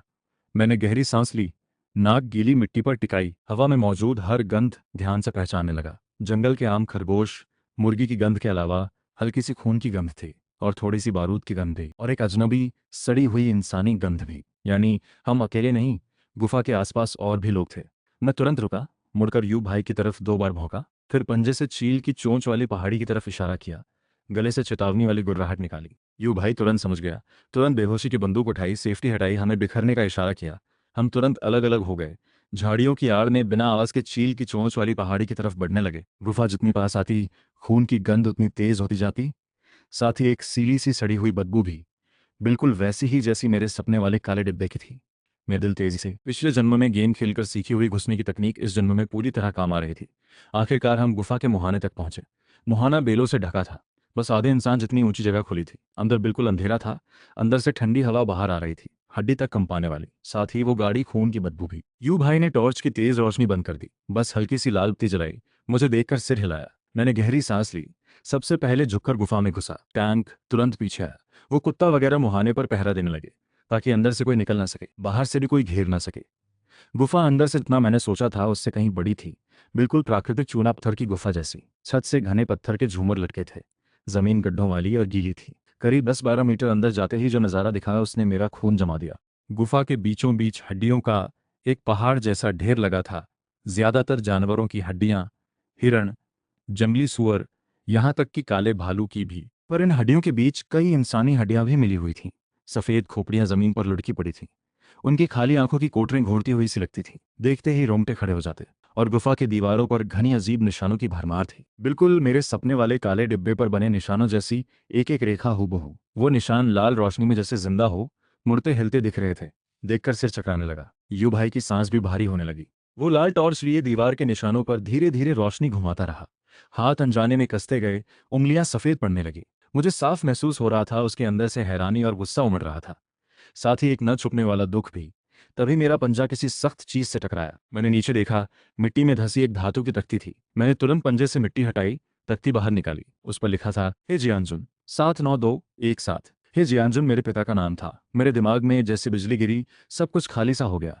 मैं उस मिलिट्री टैग को घूरता रहा। पंजे बेकाबू होकर कांपने लगे। आंसू बेकाबू होकर उमड़ आए। गुफा की मिट्टी और नमी के साथ मिलकर टैग पर टपकने लगे। पिछले जन्म में मैंने पिता का मिलिट्री टैग कई बार ढूंढा था। माँ कहती थी पिता के जाते वक्त टैग गुम हो गया था। हम सब सोचते थे शायद उनके साथ ही अंतिम संस्कार में चला गया। कभी नहीं सोचा था कि वो इस गहरे पहाड़ की भुतही गुफा में मिलेगा। यू भाई ने भी मेरी निकाली हुई तख्ती देख ली। उसके हाथ की टॉर्च खट की आवाज के साथ जमीन पर गिर गई। लाल रोशनी गुफा में इधर उधर हिलने लगी। वो घुटनों के बल गिरा। कांपते हाथों से वो टैग उठाया। एक नजर देखते ही वो हमेशा खून बहाने वाला पर आंसू न बहाने वाला मजबूत आदमी। आंखें तुरंत लाल हो गईं। बड़े बड़े आंसू टैग पर टपकने लगे। लाओ हे तू है, सच में तू है। उसकी आवाज भर्रा गई, अनंत दर्द और पछतावे से भरी। बदन बेकाबू होकर कांपने लगा, जैसे एक पल में पूरी ताकत निकल गई हो। वो सीधे ठंडे कीचड़ में बैठ गया। मैं उसे देखता रहा। दिल में उलझन और गहरी होती गई। यू भाई सच में मेरे पिता को जानता था। आखिर उनके बीच क्या हुआ था? मेरे पिता की मौत का इस पूरे मामले से क्या रिश्ता था? यू भाई वो टैग गोद में लिए कीचड़ में बैठा बहुत देर तक चुप रहा। इतनी देर की मुझे लगा वक्त रुक गया हो। आखिरकार उसने बोलना शुरू किया। आवाज रेगमाल से रगड़ी हुई सी भर्राई हुई। मुझे उस 20 साल पुरानी दबी हुई कहानी के बारे में बताने लगा। यू भाई और मेरे पिता हे जियानजन एक ही यूनिट में साथी थे। जान देने वाले भाई थे। दोनों ने 8 साल सीमा की सेवा दी थी। साथ में कई मिशन पूरे किए थे। साथ में मौत के मुंह से 8 साल पहले दोनों साथ में रिटायर हुए। यू भाई गांव वापस आकर इस पहाड़ जंगल का रखवाला बन गया। पर मेरे पिता शहर में ही रुके। एक विदेश व्यापार कंपनी में नौकरी करने लगे। पर रिटायरमेंट के तीसरे साल मेरे पिता अचानक यू भाई के पास आए, चेहरा एकदम पीला पड़ा हुआ। बताया कि उन्होंने सीमा पर जमा एक अंतर्राष्ट्रीय तस्करी और अवैध शिकार गैंग का पता लगाया है। ये गैंग सिर्फ जंगली जानवर ही नहीं, बल्कि पुरातत्व चीजें और प्रतिबंधित सामान भी तस्करी करता था। बहुत ऊंची पहुंच वाला। पीछे बहुत सारे लोग जुड़े हुए। और सबसे ज्यादा चौंकाने वाली बात, इस गैंग के मुख्य सदस्यों में उनके साथ रिटायर हुआ एक साथी भी शामिल था। पिता ने बताया कि उन्होंने इस गैंग के पक्के सबूत जुटा लिए हैं। इसकी शिकायत करने वाले हैं। यू भाई ने तब उन्हें रोका। कहा, गैंग बहुत खतरनाक है, थोड़ा इंतजार करें, साथ मिलकर करते हैं। और पिता ने कहा, वो इंतजार नहीं कर सकते। ये गैंग पहले ही बहुत लोगों को नुकसान पहुंचा चुका है। उन्हें अभी सामने आना होगा। पर उस मुलाकात के तीसरे दिन ही यू भाई को मेरी माँ का फोन आया। बताया कि पिता को अचानक बीमारी हुई, अस्पताल ले गए पर बचा नहीं पाए, चल बसे। यू भाई को उसी वक्त कुछ गड़बड़ लगी थी। पिता की सेहत हमेशा से बहुत मजबूत थी। फौज में उनके सख्त बदन की मिसाल दी जाती थी। अचानक कैसे चले गए? वो उसी रात शहर पहुंचा, सच जानने की कोशिश की, पर अस्पताल की डेथ सर्टिफिकेट में साफ लिखा था, अचानक दिल का दौरा। मेरी माँ उस वक्त पूरी तरह टूट चुकी थी। घर में सब कुछ बिखरा हुआ था। यू भाई ने बहुत ढूंढा पर कोई सुराग नहीं मिला। पिता के पास जो सबूत थे वो भी गायब हो चुके थे। पिता के अंतिम संस्कार के बाद यू भाई इस पहाड़ जंगल में वापस आ गया। शिकारी टीम। वो इस पहाड़ की रखवाली करता रहा 20 साल से भी ज्यादा। उसे हमेशा लगता था पिता की मौत का इस पहाड़ जंगल से कोई रिश्ता जरूर है। वो तस्करी गैंग का अड्डा इसी गहरे पहाड़ में कहीं छिपा है। वो यहाँ रुका रहा बस इसी उम्मीद में कि वो लोग कभी सामने आएंगे, बस अपने पुराने साथी का बदला लेने के लिए। यू भाई इतना बोलते बोलते उसकी आवाज़ रुंधने लगी। वो टैग हाथ में लिए बार बार मेरे पिता का नाम दोहराता रहा। लाओ है, माफ़ करना, मैं नाकाबिल रहा, 20 साल से ज़्यादा हो गए। आखिरकार तेरा छोड़ा हुआ सामान मिला, बस एक धागा हाथ लगा, मैं तेरा कर्जदार हूँ। मैं उसके पैरों के पास लेटा उसकी गोद में सिर छुपा लिया, गले से दुखी और तकलीफ भरी आवाज़ निकाली। आंसू रुक ही नहीं रहे थे। यानी मेरे पिता की मौत बीमारी से नहीं हुई थी, उन्हें मारा गया था वो उस आपराधिक गैंग को बेनकाब करने के लिए। पिछले जन्म में मुझे इस बारे में कुछ भी पता नहीं था। बेवकूफ़ी में मैं पिता के हत्यारे की ही कंपनी में पूरे 5 साल काम करता रहा। आखिरकार मुझे भी उन्होंने मार डाला। भारी दुख और गुस्सा मुझे घेरने लगा, बदन बेकाबू होकर कांपने लगा, दांत भींच कर आवाज़ करने लगे, आंखों की लाली उमड़ने लगी। जिन्होंने मेरे पिता को मारा, जिन्होंने मुझे मारा, मैं एक को भी नहीं छोड़ूंगा। इनसे खून का हिसाब खून से लूंगा। तभी बाहर से एक हल्की सी कट की आवाज़ आई, टहनी टूटने की आवाज़। मैं तुरंत दुख से बाहर निकला, बदन के बाल खड़े हो गए। तेजी से मुड़कर गुफा के मुहाने की तरफ खतरनाक गुर्राया। कोई आया है, और एक नहीं कई लोग। उन्होंने पहले ही मुहाना घेर लिया था, हम घिर चुके थे। यू भाई भी तुरंत होश में आया, चेहरे से आंसू पोंछे, जमीन से टॉर्च और बेहोशी की बंदूक उठाई, फुर्ती से एक बड़े पत्थर के पीछे छिप गया। मुझे और टैंक को इशारा किया। टैंक तुरंत मुहाने की दूसरी तरफ छिप गया, हमला करने के लिए तैयार। बाहर से तालियां बजने की आवाज आई। एक ठंडी और खतरनाक आवाज में एक आदमी बोला, पूरी बेइज्जती भरी झांग यू बहुत दिनों बाद मिले। कभी सोचा नहीं था कि 20 साल बाद भी तुम इस टूटे फूटे पहाड़ की रखवाली कर रहे हो, और आखिरकार इस जगह तक पहुंच भी गए। सच में हैरानी की बात है। यू भाई ये आवाज सुनते ही चेहरा एकदम सख्त पड़ गया। बंदूक पकड़े हाथ हल्के से, कई हाथों में बंदूक लिए आदमी अंदर घुसे, मुहाना पूरी तरह घेर लिया। सबसे आगे एक सफेद बालों वाला बूढ़ा था, चेहरे पर लंबा चाकू का निशान था, एक आंख धुंधली सफेद रंग की, देखने में बेहद डरावना। उसके हाथ में एक खंजर घूम रहा था, चेहरे पर बेरहम मुस्कान। मैं उसे घूरता रहा, नाक से उसकी गंध पहचान ली, वही सड़ी हुई इंसानी गंध, वही गंध जो हमें पहाड़ में घुसते वक्त मिली थी। यही लोग गुफा के आसपास छिपे थे। बूढ़ा भूत, मेरे पिता को मारने वाला तू ही था ना? यू भाई की आवाज जैसे दांतों के बीच से निचुड़कर निकली, गहरे नफरत से भरी। बूढ़ा जोर से हंसने लगा, चेहरे का निशान और भी डरावना दिखने लगा। बिल्कुल सही, मैं ही था वो हे जियानजुन बेवकूफ, मुझसे टक्कर लेने पर तुला था, इतना पैसा छोड़कर हमारी शिकायत करने पर आमादा था। वो मरता नहीं तो कौन मरता? पहला बड़ा राज मेरे दिल पर धार से गिरा। यही बूढ़ा वो हत्यारा था जिसने अपने हाथों से मेरे पिता को मारा। यही वो असली मास्टरमाइंड था झांग जिंगशान के पीछे। यही इस अंतर्राष्ट्रीय तस्करी और अवैध शिकार गैंग का असली सरगना था। मेरे बदन का सारा खून खौल उठा, पंजे जमीन में कसकर जम गए, हमले के लिए पूरी तरह तैयार। बस यू भाई का हुक्म मिलते ही मैं इस बूढ़े का गला फाड़ने के लिए झपटने वाला था। बूढ़े भूत की नजर मुझ पर पड़ी, वो ऊपर से नीचे तक मुझे देखता रहा, धुंधली आंख से कोड़कर चेहरे पर हैरानी वाली मुस्कान लाई। ये वही मशहूर काला कुत्ता है ना? झांग जिंगशान, वो बेकार आदमी एक कुत्ता तक नहीं संभाल पाया, खुद जेल चला गया। कितना नाकाबिल। वो एक कदम आगे बढ़ा, खंजर से मेरी तरफ इशारा किया, मुस्कान और गहरी होती गई। मैंने सोचा नहीं था कि हे जियानजुन का बेटा दोबारा जन्म लेकर कुत्ता बन जाएगा। ये तो किस्मत का बड़ा मजाक है। हे चांग, बोलो, मैं सही कह रहा हूं ना? मेरे दिमाग में धमाका हुआ, पूरा बदन ठंडा पड़ गया। उसे पता था, उसे हमेशा से पता था कि मैं ही हे चांग हूं। उसे शुरू से ही मेरी असली पहचान पता थी। हैरान हो रहे हो ना? मुझे कैसे पता? बूढ़ा भूत बड़े मजे से मुस्कुराया। वो आत्मा खींचने वाला काला डिब्बा मैं ही सीमा से लेकर आया था, मैं ही अपने हाथों से झांग जिंगशान को दिया था। उसका इस्तेमाल कैसे करना है ये मुझसे बेहतर कोई नहीं जानता। मैं तो चाहता था ये छयांग तुम्हारी आत्मा पूरी तरह बिखर जाए, हमेशा के लिए खत्म हो जाए, फिर से खड़े होने का कोई मौका न मिले। और सोचा नहीं था तुम इस कुत्ते के शरीर में जा बसोगे। इतनी बड़ी किस्मत निकलेगी तुम्हारी। यानी मेरा दोबारा जन्म लेना शुरू से आखिर तक इसी बूढ़े की साजिश थी। झांग जिंगशन तो बस उसके हाथ का एक हथियार था। इसका असली मकसद था कि मैं पूरी तरह मिट जाऊं, ताकि मेरे पिता की मौत का सच हमेशा के लिए दब जाए, ताकि उसका तस्करी गैंग का राज हमेशा सुरक्षित रहे। मैं उसे घूरता रहा, गले से इस जन्म की सबसे खतरनाक गुर्राहट निकाली, जैसे कोई भड़का हुआ जंगली जानवर हो। आंखों में मार डालने की इच्छा उमड़ आई। 20 साल पहले उसने मेरे पिता को मारा, 5 साल पहले उसने मुझे भी। बूढ़ा भूत जैसे मेरा गुस्सा देखकर बहुत खुश हो रहा था, हाथ फैलाकर बड़े लापरवाही से मुस्कुराया। हे छियांग, तू कुत्ता बनकर भी क्या कर लेगा? तू भी अपने उस मरे हुए बाप की तरह बेवकूफ ही निकला। आज तुम गुफा में घुसे हो तो जिंदा वापस नहीं जा पाओगे। जब तुम दोनों मर जाओगे, ये गुफा ही तुम्हारी कब्र बन जाएगी, फिर कभी किसी को पता नहीं चलेगा। उसने जोर से हाथ हिलाया। पीछे खड़े कुछ हट्टे कट्टे आदमियों ने तुरंत बंदूकें उठा लीं, नलियां सीधे हमारे छिपे हुए पत्थर की तरफ। अंधेरी गुफा में बंदूकों की काली नलियां ठंडी चमक बिखेर रही थीं। यू भाई तुरंत मुझे पत्थर के पीछे दबाकर रखा, सिर हिलाकर मुझे जोश में आने से रोका। धीमी आवाज में, मेरे हैफिंग, थोड़ी देर में मैं गोली चलाकर उनका ध्यान भटकाऊंगा। तुम टैंक को लेकर बगल से हमला करना, उनकी बंदूकें छीन लेना। याद रखना, सीधी टक्कर मत लेना, अपनी सुरक्षा का ध्यान रखना। मैंने सिर उसकी हथेली से रगड़ा, पूंछ हिलाई। मुझे पता था यह हमारा एकमात्र मौका है, जो हिम्मत करेगा वही जीतेगा। यू भाई ने गहरी सांस ली, अचानक पत्थर के पीछे से उछलकर सामने आया, बेहोशी की बंदूक से लगातार 2 गोलियां चलाईं। दोनों गोलियां सटीक निशाना लगाते हुए सबसे आगे खड़े दो आदमियों की गर्दन में जा घुसी। वो दोनों बिना आवाज किए सीधे जमीन पर गिर पड़े। यही मौका था।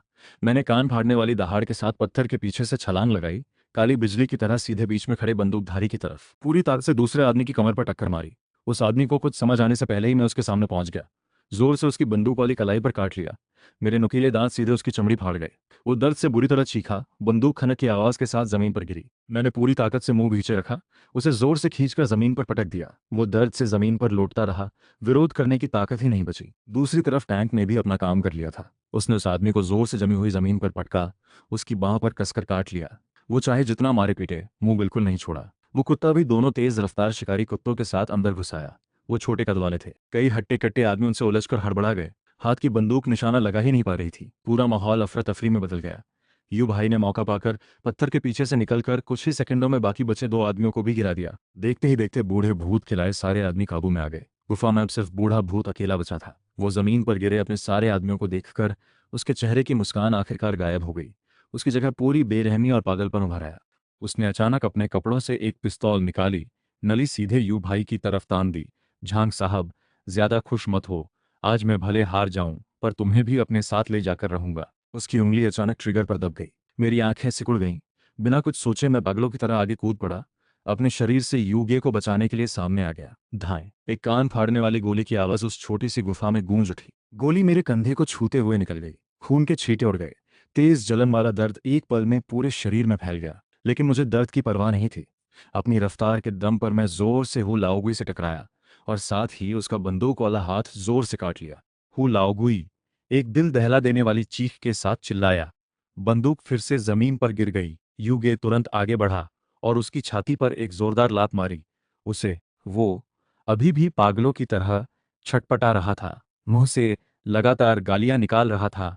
झांग यू ही चियांग, तुम लोग रुको।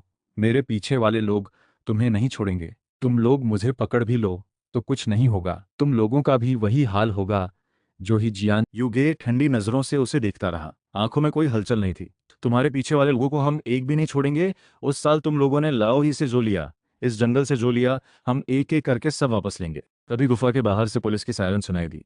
लाल नीली लाइट से पूरा ईगल माउथ रोशन हो गया। आखिरकार पुलिस पहुंच गई। वो गुफा में घुसे और हु लाओगुई और उसके आदमियों को पकड़कर बाहर ले गए। फॉरेंसिक टीम और तकनीकी लोग भी गुफा में घुसकर जांच करने लगे, उन हड्डियों की जांच करने लगे। यूगे तुरंत नीचे बैठ गया। मेरे कंधे के घाव को देखते हुए उसका चेहरा पीला पड़ गया, हाथ कांप रहे थे। हे फैंग, तुम कैसे हो? बस थोड़ी देर और, हम अभी बेस पर लौटते हैं। लाओ पहले से ही जानवरों वाली गाड़ी लेकर कांपते हुए इंतजार कर रहा था। मैंने उसे परेशान देखकर हल्के से उसका हाथ चाटा, पूंछ हिलाई। मुझे कुछ नहीं हुआ यूगे, चिंता मत करो। बस तुम ठीक रहो, मैं ठीक हूँ। लेकिन तेज दर्द, बार बार खून बहा रहा था। मेरी नजर धुंधली पड़ने लगी, शरीर भी ढीला पड़ने लगा। यूगे ने तुरंत मुझे गोद में उठा लिया, हवा की तरह गुफा से बाहर की ओर भागा, गाड़ी की तरफ दौड़ा। टैंक और चिंगफेई भी पीछे पीछे कसकर दौड़ते रहे, गले से घबराई हुई आवाज निकाल रहे थे। जब मैं दोबारा होश में आया तब तक 3 दिन बीत चुके थे। मैं बेस के मेडिकल रूम के बिस्तर पर लेटा था। कंधे पर मोटी पट्टी बंधी थी। यूगे बिस्तर के किनारे झुका हुआ था। आंखों में खून जैसी लाली भरी थी, ठुड्डी पर दाढ़ी हो गई थी। साफ था कि 3 दिन रात से आंख नहीं झपकाई, पूरे टाइम मेरे पास बैठा रहा। मुझे होश में आते देख यूगे की आंखें तुरंत भर आईं। उसने धीरे से मेरे सिर पर हाथ फेरा। आवाज बिल्कुल भर्रा गई थी। हे फेंग, आखिरकार तुम जाग गए। मुझे तो डर लग गया था, बहुत डर गया था। मैंने सिर उठाकर हल्के से उसका हाथ चाटा, गले से हल्की हल्की आवाज निकाली, जैसे उसे तसल्ली दे रहा हूं। लाओ वो भी पास आया। मेरा घाव चेक करते हुए हंसते हुए बोला, इस बच्चे की किस्मत सच में अच्छी है। गोली हड्डी को छूकर निकल गई, कोई बड़ा नुकसान नहीं हुआ। सच में बड़ी किस्मत वाला अच्छा कुत्ता है। अगले कुछ दिन यूगे रोज मेरे पास ही रहा।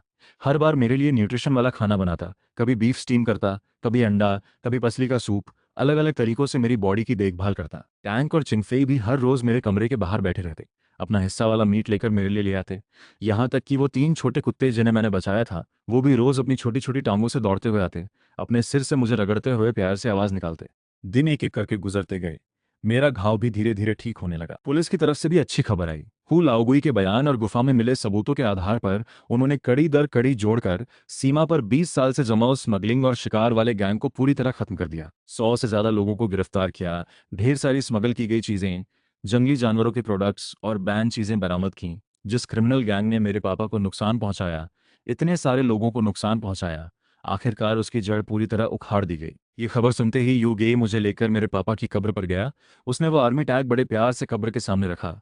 फिर केस का फैसला भी धीरे से उसके बगल में रख दिया। लाओ ही, देख रहे हो ना, जिसने तुम्हें नुकसान पहुंचाया वो सब पकड़े गए, उन्हें उनकी सजा मिल गई। तुम्हारा बदला मैंने पूरा कर दिया, अब तुम आराम से सो सकते हो। युगे की आवाज रुंधी हुई थी। कब्र के सामने एक स्टैंडर्ड आर्मी सैल्यूट किया। मैं कब्र के सामने लेटा कब्र पर लगी पापा की आर्मी वाली फोटो देख रहा था। आंसू रुक ही नहीं रहे थे। पापा, सॉरी, मुझे अब जाकर सच पता चला। पापा तुम बेफिक्र रहो, तुम्हें नुकसान पहुंचाने वालों को सजा मिल गई। मैं मम्मी का पूरा ख्याल रखूंगा, इस जंगल की अच्छे से रखवाली करूंगा जिसे तुमने अपनी जान देकर बचाया था। हवा मैदान से होकर गुजरी, जमीन पर पड़े पत्तों को उड़ा दिया, जैसे पापा हल्के से याद कर रहे हों। मुझे पता था यूगे के दिल पर 20 साल से जो बोझ था आखिरकार उतर गया। मेरे दिल पर भी 2 जन्मों का अफसोस आखिरकार खत्म हो गया।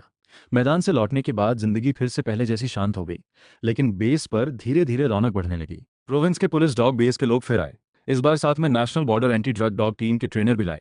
उन्होंने मेरे बारे में सुनकर खासतौर पर आकर मुझे एंटी ड्रग डॉग टीम में शामिल होने का ऑफर दिया, बॉर्डर पर काम करने के लिए। उनका कहना था कि मेरी अक्ल और स्किल देखकर मैं सबसे बेहतरीन एंटी ड्रग और साइकोलॉजिकल डॉग बन सकता हूँ। यूगे ने पूरा फैसला मुझ पर छोड़ दिया। उसने मेरे सिर पर हाथ फेरते हुए कहा, हे फेंग, तुम जो भी चुनो मैं तुम्हारे साथ हूँ। अगर जाना चाहते हो तो मैं खुद भेजूंगा, अगर रुकना चाहते हो तो मैं यहीं रुककर तुम्हारे साथ इस जंगल की रखवाली करूंगा। बेस के सारे लोग मुझे देख रहे थे। लाओ वू, टैंग, चिंगफेई सब चुपचाप मेरे फैसले का इंतजार कर रहे थे। मैंने उस एंटी ड्रग डॉग टीम के ट्रेनर को देखा, फिर मुड़कर यूगे को देखा, फिर बगल में खड़े टैंक और चिंगफेई को देखा, फिर इस बेस को देखा जहां मैं लगभग 2 साल से रह रहा था, फिर दूर तक फैले पहाड़ों को देखा। मैं 2 कदम आगे बढ़ा, अपना सिर यूगे की गोद में छिपा लिया, फिर मुड़कर ट्रेनर्स की तरफ हल्के से हिला दिया। 2 कदम पीछे हट गया, मजबूती से यूगे के पास खड़ा हो गया। मैं नहीं जा रहा, ये मेरा घर है, यूगे मेरा भाई है, मेरा पार्टनर है। ये जंगल वो जगह है जिसे मेरे पापा ने अपनी जान देकर बचाया था।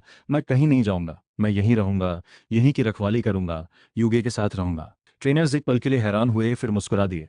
लीड ट्रेनर आगे आया, हल्के से मेरे सिर पर हाथ फेरा, आंखों में इज्जत भरी थी। शाबाश ही फेंग, तुम चाहे कहीं भी रहो, तुम हमारे लिए सबसे बेहतरीन ऑनरेरी डॉग हो। आगे कभी बॉर्डर पर जरूरत पड़ी तो हम हमेशा तुम्हारा वेलकम करेंगे। उनके जाने के बाद बेस में असली रौनक आ गई। आसपास के गांव वालों को ये बात पता चली। वो सब मुझे देखने आने लगे, मेरे लिए ढेर सारा खाना लेकर आए। सब कहते कि मैं वफादार अच्छा कुत्ता हूँ, इस जंगल का गार्जियन हूँ। गांव वालों ने हमारी फार्म प्रोटेक्शन टीम को नई इक्विपमेंट भी डोनेट की, नई गाड़ी, ढेर सारा डॉग फूड और मीट भी। ज्यादा से ज्यादा लोगों को चाइनीज रूरल डॉग्स की खूबियों के बारे में पता चला। बहुत सारे लोग खुद से हमारी टीम में शामिल होने लगे। बहुत सारे लोगों ने आवारा चाइनीज रूरल डॉग्स को गोद लेकर उन्हें एक गर्म घर दिया। हमारी फार्म प्रोटेक्शन टीम भी दिन ब दिन बड़ी होती गई। जो कुत्ते पहले से ट्रेनिंग ले रहे थे वो सब अच्छे प्रोटेक्शन डॉग्स बन गए, हमारी टीम में शामिल हो गए। टैंक टीम का हेड ट्रेनर बन गया, रोज नए कुत्तों को ट्रेन करता। चिंगफे स्काउट टीम का लीडर बना, हर बार जंगल में सबसे आगे 2 हाउंड डॉग्स को लेकर चलता। और मैं इस पूरी फार्म प्रोटेक्शन टीम का किंग बन गया। हर बार जंगल में जाने पर बस मेरा एक इशारा काफी होता, सारे कुत्ते तुरंत एक्शन में आ जाते, कभी कोई गलती नहीं होती। दिन इसी तरह गुजरते गए, शांत, स्थिर और गर्मजोशी से भरे। देखते ही देखते साल का आखिर आ गया। पहाड़ों में फिर से बर्फ गिरने लगी, चारों तरफ बर्फ फैल गई। युगे ने बेस पर मेरा दूसरा बर्थडे मनाया। उसने मेरे लिए एक बहुत बड़ा बीफ केक बनाया, ऊपर लगा हुआ। सारे कुत्ते वहां थे, सब मेरे चारों तरफ खड़े होकर बर्थडे सॉन्ग गा रहे थे। पैंक और चिंगफे ने अपनी छुपाई हुई हड्डियां और मीट के टुकड़े मेरे सामने ढेर कर दिए, बर्थडे गिफ्ट के तौर पर। युगे मेरे सामने नीचे बैठा, मुझे एक नया डॉग टैग पहनाया। टैग के आगे लिखा था किंग हेफिंग, पीछे लिखा था फार्म प्रोटेक्शन टीम का ऑनरेरी डॉग, हे जियांजुन का बेटा, झांग यू का पार्टनर। मैंने वो टैग देखा, आंसू फिर से भर आए। मैंने अपना सिर युगे के हाथ पर रगड़ा, फिर टैग पर भी रगड़ा। इस जन्म में मुझे कोई अफसोस नहीं रहेगा। बर्थडे के बाद नया साल आ गया, चाइनीज न्यू ईयर की रात। युगे मुझे लेकर शहर गया, मेरी मम्मी के घर। पिछले जन्म में जब मैं चला गया था उसके बाद से मम्मी अकेली रहती थी। कुत्ता बनने के बाद मैं कभी उससे मिलने की हिम्मत नहीं जुटा पाया। मुझे डर था कि वो मुझे पहचान लेगी, और डर था कि नहीं पहचान पाएगी। डर था कि मुझे इस हाल में देखकर उसे दुख होगा। लेकिन युगी पहले ही मेरी मम्मी से बात कर चुका था, उसने सब कुछ मम्मी को बता दिया था। मेरे दोबारा जन्म लेने की बात, मेरे पापा की बात, इन 2 सालों में मैंने जो कुछ किया वो सब। जब मैं युगे के साथ घर में घुसा, मम्मी सोफे पर बैठी थी। मुझे देखते ही उसकी आंखें भर आईं। कांपते हाथ बढ़ाकर धीरे से बुलाया, छांग छांग। मैं वहीं रुक गया, पूरे शरीर में कंपन थी, आंसू खुद ब खुद बहने लगे। मैं धीरे धीरे 2 कदम आगे बढ़ा, अपना सिर हल्के से उसके हाथ पर रगड़ा, गले से मासूम सी आवाज निकाली, मम्मी मैं वापस आ गया। मम्मी ने मुझे कसकर गले लगा लिया। वो बार बार मेरे सिर पर हाथ फेरती रही, मुंह से बुदबुदाती रही, मेरा छांग छांग। मम्मी को आखिरकार तुम मिल गए, तुम ठीक हो यही काफ़ी है। ठीक हो यही काफ़ी है। उस रात हमने साथ में न्यू ईयर डिनर किया। मम्मी ने मेरे लिए वो सारी डिशेस बनाई जो मुझे पिछले जन्म में सबसे पसंद थी। युगे। और मम्मी बातें करते रहे। पापा की पुरानी बातें, इन 2 सालों में मेरे साथ जो हुआ वो सब। कमरे में गर्माहट भरी थी, बाहर पटाखे फूट रहे थे, पूरा आसमान रोशन कर रहे थे। मैं मम्मी के पैरों के पास लेटा, आंखों के सामने ये सब देखकर दिल में पहले कभी ना महसूस हुई शांति थी। 2 जन्मों की भटकन के बाद आखिरकार मैं घर वापस आ गया। साल के बाद हम बेस लौट आए, पहाड़ों की बर्फ धीरे धीरे पिघलने लगी। बाहर फिर से आ गई। चारों तरफ जंगली फूल खिल गए। हम रोज की तरह जंगल में गश्त पर जाते रहे। सूरज निकलने पर निकलते, ढलने पर लौटते। जिंदगी शांति और खुशी से गुजरती रही। आगे आने वाले हर साल मैं योगे के साथ रहूंगा। इस जंगल की रखवाली करूंगा, हर सुबह शाम देखूंगा, हर घर की हिफाजत करूंगा। मैं हेफिंग हूँ, एक चाइनीज रूरल डॉग हूँ। इस जमीन का हमेशा के लिए गार्जियन हूँ।